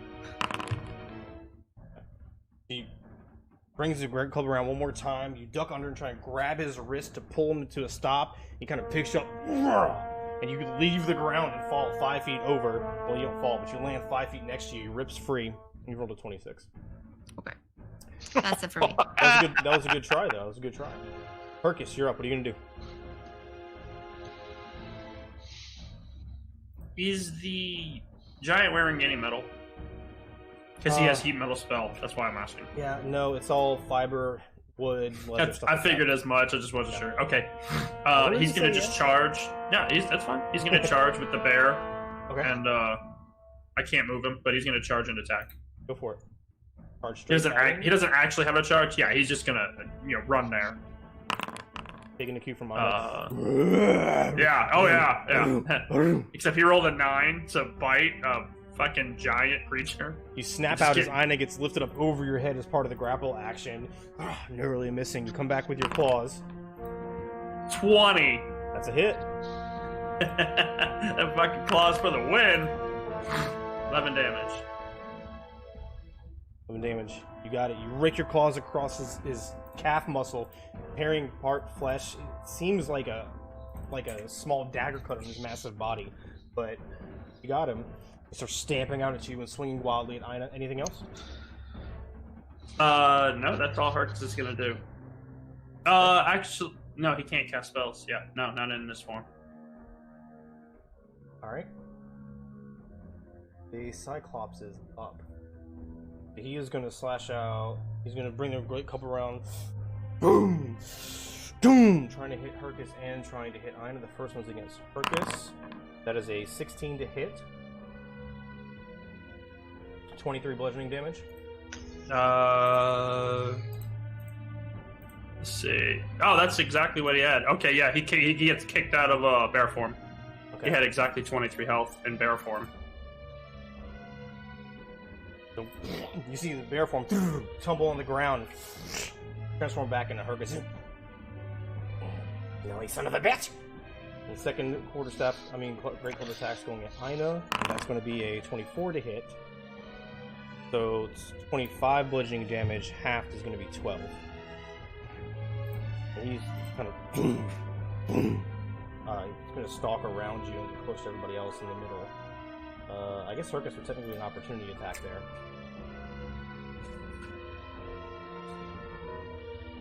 Oh yeah, there's this character. Okay. I gotta find his. Okay, we'll resolve that. You're on. What are you doing? Okay. I am. Fuck it. 12. Yes. You good? I'm going to drop my sword. Okay. I'm going to pull out my javelin of lightning. Okay. And we're back. Okay. And I throw it, and as I throw it, I will activate it, which I believe the magic word was Shazam.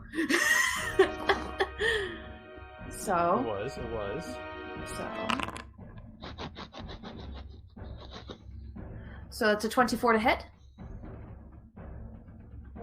24 hits. Alright, so that's 6 damage, and then, okay, let me confirm how that works, but I think he needs to make a dex save, yeah. Dex save's an 11. Okay, he fails. So that's an additional 15 lightning damage. You rolled another 4d6? It already counted No. it. Oh, okay. Yeah. I see it. Beautiful. Okay. Awesome. So that's 21 total damage, right? Yeah, the way it would work, the 46 as well, was if anything is in the line, that takes Correct. 46, and then what it hits takes 46, yeah. So yeah, that is 21 damage in total. Alright, so Shazam! Like tearing a hole in reality, lightning streaks out from this thing, straight penetrating into the thigh of the Cyclops, not the ogre. Crackles on his skin, he takes kind of throws it flat side back on the ground towards you. You're my friend, you hurt me. Anything else? Can I crouch down and pick up my sword again? Or would that be next turn? No, it's fine. Yeah. That's And then maybe if I just count that as my action, and then I'll start one. I'm gonna throwing start. the javelin was your action. What else you got? I'm gonna walk over closer. Okay. Yeah. That was an attack, so you have extra attack, right? You can hit him again. Yeah. Okay, I just wanted to check, because I know I was dropping weapon, pulling, throwing, and then picking up again. I'm not so worried I about wasn't weapon sure. switching. Just remember enemies can do it beautiful. too. Alright. That's a nat 1. Okay. Slash out, narrowly missing him. And you're done? Yeah, actually, let's see. I'm gonna move my full movement, so I'm still in range, but I'm moving trying to move a bit closer to my group. You got it. Yeah. Beautiful. Lycus, you're up. What are you gonna do? Oh, jeez. Y'all just start hearing me cackle a little bit with laughter. And, let me make sure of this. Okay. Y'all just kind of see me point to Ina and begin to just shift and twist and chant. And y'all see what was Ina start to morph and become a giant ape. Jeez. Okay. She is now a huge creature. I just sent it to you in WhatsApp. The character, or the creature. So you need to open that link so you can use the attacks. So you are a giant ape. You are huge. You are eye level with this Cyclops.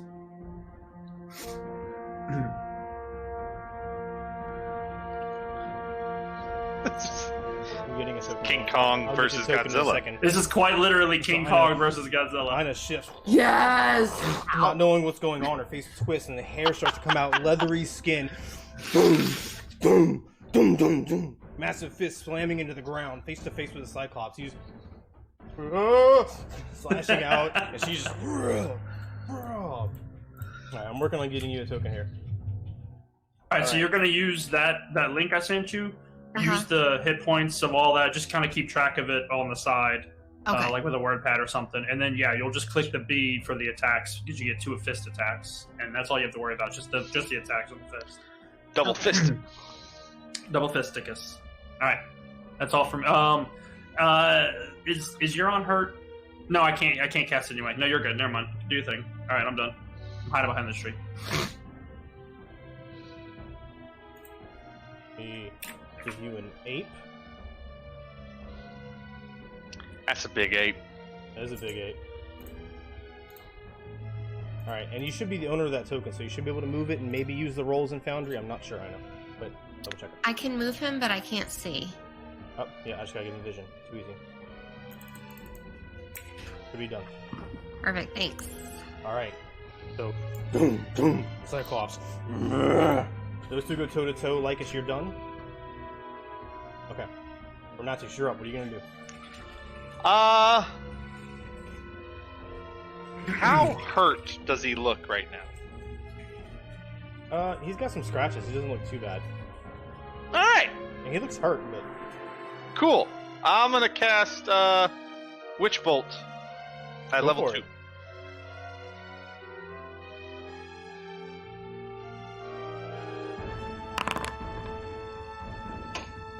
$11? Okay, so major image phase because of concentration. 11 is a miss. Lightning crackles across the ground, tears an arc of charred grass all around. Doesn't make contact though. That'd be it. That's it? Mm-hmm. Alright. Ina, great ape. You're up. What are you gonna do? I'm gonna swing my arms around and figure out what I can do with them. Okay. Go for it. 21's a 21 hit. to hit Yeah. for 23 damage. A lot of damage. Oh Anything yeah, else? yeah. I have 2 fist attacks. Go so. for it. Does a 13 hit him? Second one's a miss. Sorry. Oh, that's a 31 damage. You see the damage on that one? Oh my god. It's almost a perfect roll. That was almost perfect. So you see the ape form of Ina. Wow. Boom, boom. These massive tree trunk limbs slamming out, a furry fist slamming the Cyclops' head. He comes back around with a great club missing. This giant monkey arm misses in the air. These huge creatures going toe to toe, tearing up the ground all around. The ground shaking. God. Is that it, Ina?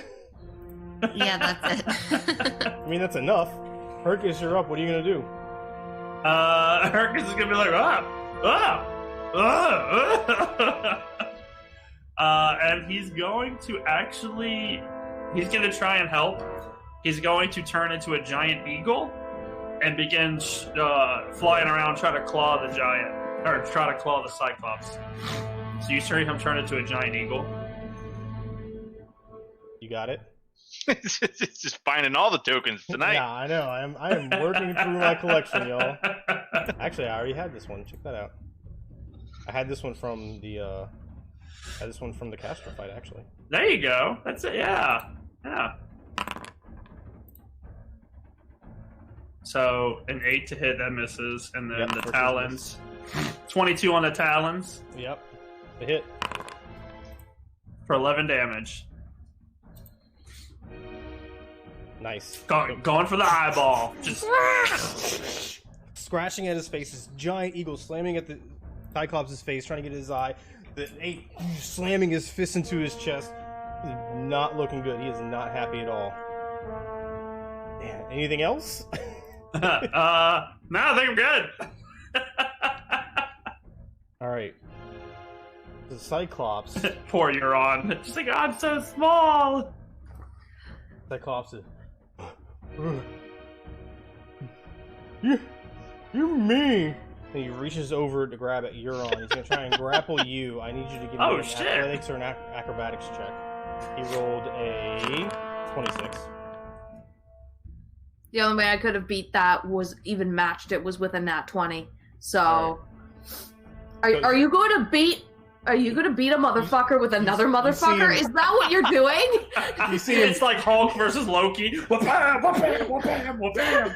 You see him grab Euron and pick her up like a rag doll and just chuck her straight at the great ape. That is going to be a 23 to hit. With another motherfucker. You see her fly through the air at the great ape. It's a 23 to hit. That does hit me. I'm gonna reduce that because it's not a rock; it's a human body. So we're gonna say that does 14 damage, and you see him just turn and me. I don't play anymore. You killed my friends, and he starts chucking out of there. So opportunity attacks. You are prone. You're on. You can take an opportunity attack from the ground if you don't have the wind knocked out of you. That's up to you. Get slammed into the face of this giant great ape. But the ape and the eagle both get opportunity attacks at least. I'm going to just like because I'm just imagining her going. Go for it. like slightly weak because coughing, trying to get breath. God. Nope.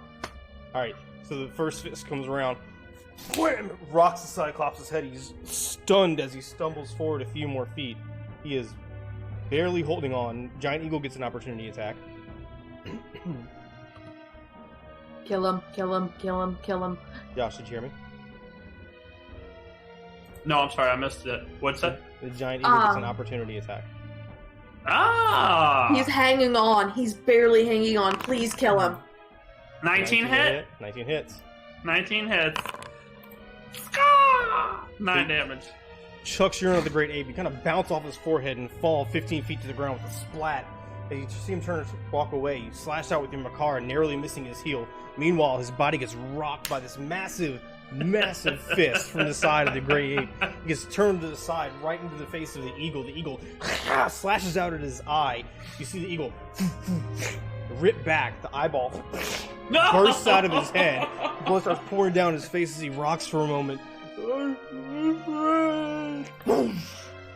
Slams onto the ground and stops moving entirely. Oh, you beautiful motherfuckers! Yay!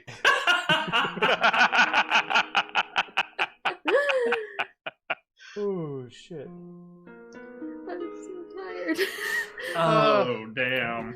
Indeed. Looking around at all the dead bodies, a massive Cyclops folded over, twisted in a very odd angle, the blood pouring out of its head.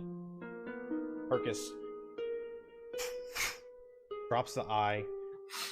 Can't believe I said that. Drops the eye, lands on the ground next to you, and reverts back to his normal form. Are you gonna keep polymorph up like this? Is Lina gonna stay a great ape? I was gonna say, like, can I just go like handle the dam in 8? Actually, yes. You can keep like you're fully aware. You keep your personality and all that. You just talk monkey to us. Although what's funny is Hercus can speak with animals, so he can translate now. Your stats are replaced by the great ape, so you do have the great ape's intelligence. Keep that in mind.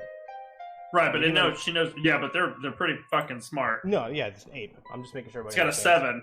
All right, you're not the smartest cookie in the box, but you can understand. No, but you understand at 7. I know I'm being the DM here. I'm sorry, I'm having fun. It's okay, buddy. It's okay. So let me just make sure the polymorph. Just what does it say?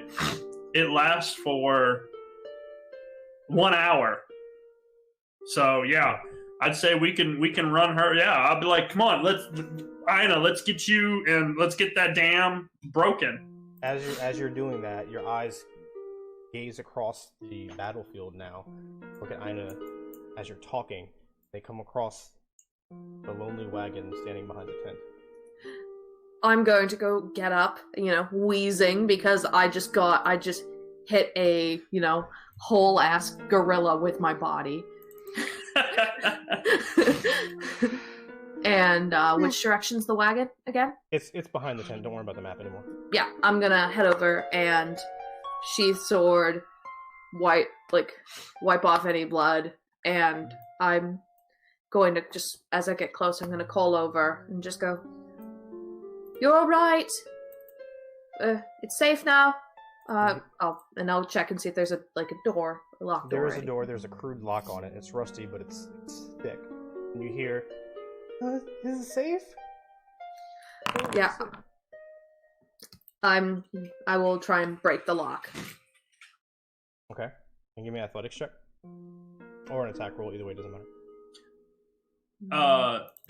I had Hercus do healing word on Euron for 14 healing. Okay. Just I tried. FYI. You feel better, Euron. Thank you. Okay. With a thick whack from the butt of the Makara, the rusted lock actually cracks open, springs free. And I will open the door, sword in, and just go, "Yes, it's safe." So, open the door. You see several satyrs and gnomes in there, and they start looking around carefully and filing out one by one.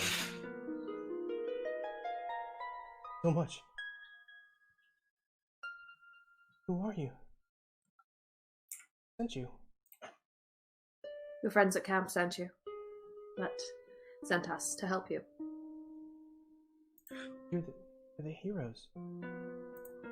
That means I'll bow. Lycus is with That's right, bitch! you. You see, No, actually, I'm nowhere near them. Yes, does he know you? know him, yeah. Where is he? I'm just gonna pause and just say, "Forgive me, we've had a couple difficult people. May I know your name?" Aola? Eola. Alright. Like us! No, she and I are heading towards the dam. He'll be back. But, just... Are any of you hurt? No, we're alright. Alright. We're just tired and hungry. I have some rations in my bag. It's not much, but... I can't remember who has the horn, otherwise I'd use the horn.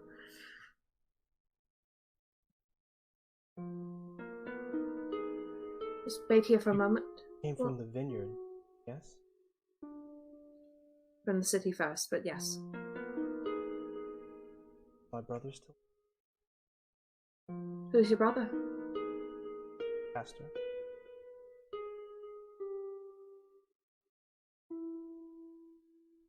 We're actually looking for him. But,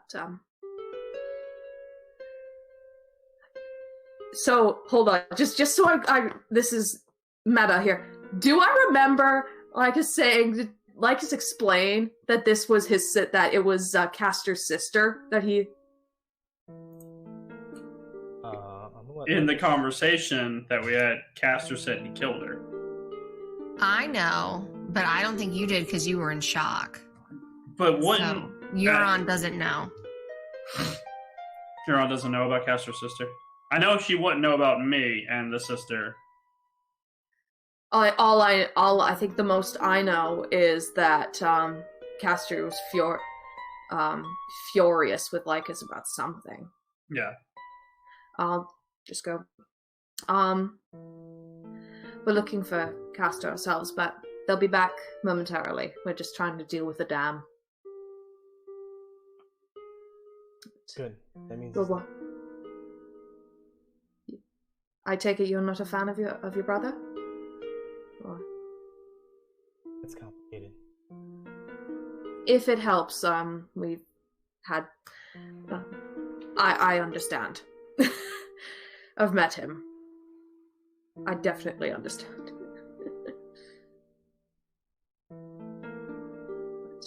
But let's get everyone out. We'll wait for our soul to regroup, and then we'll start making our way back.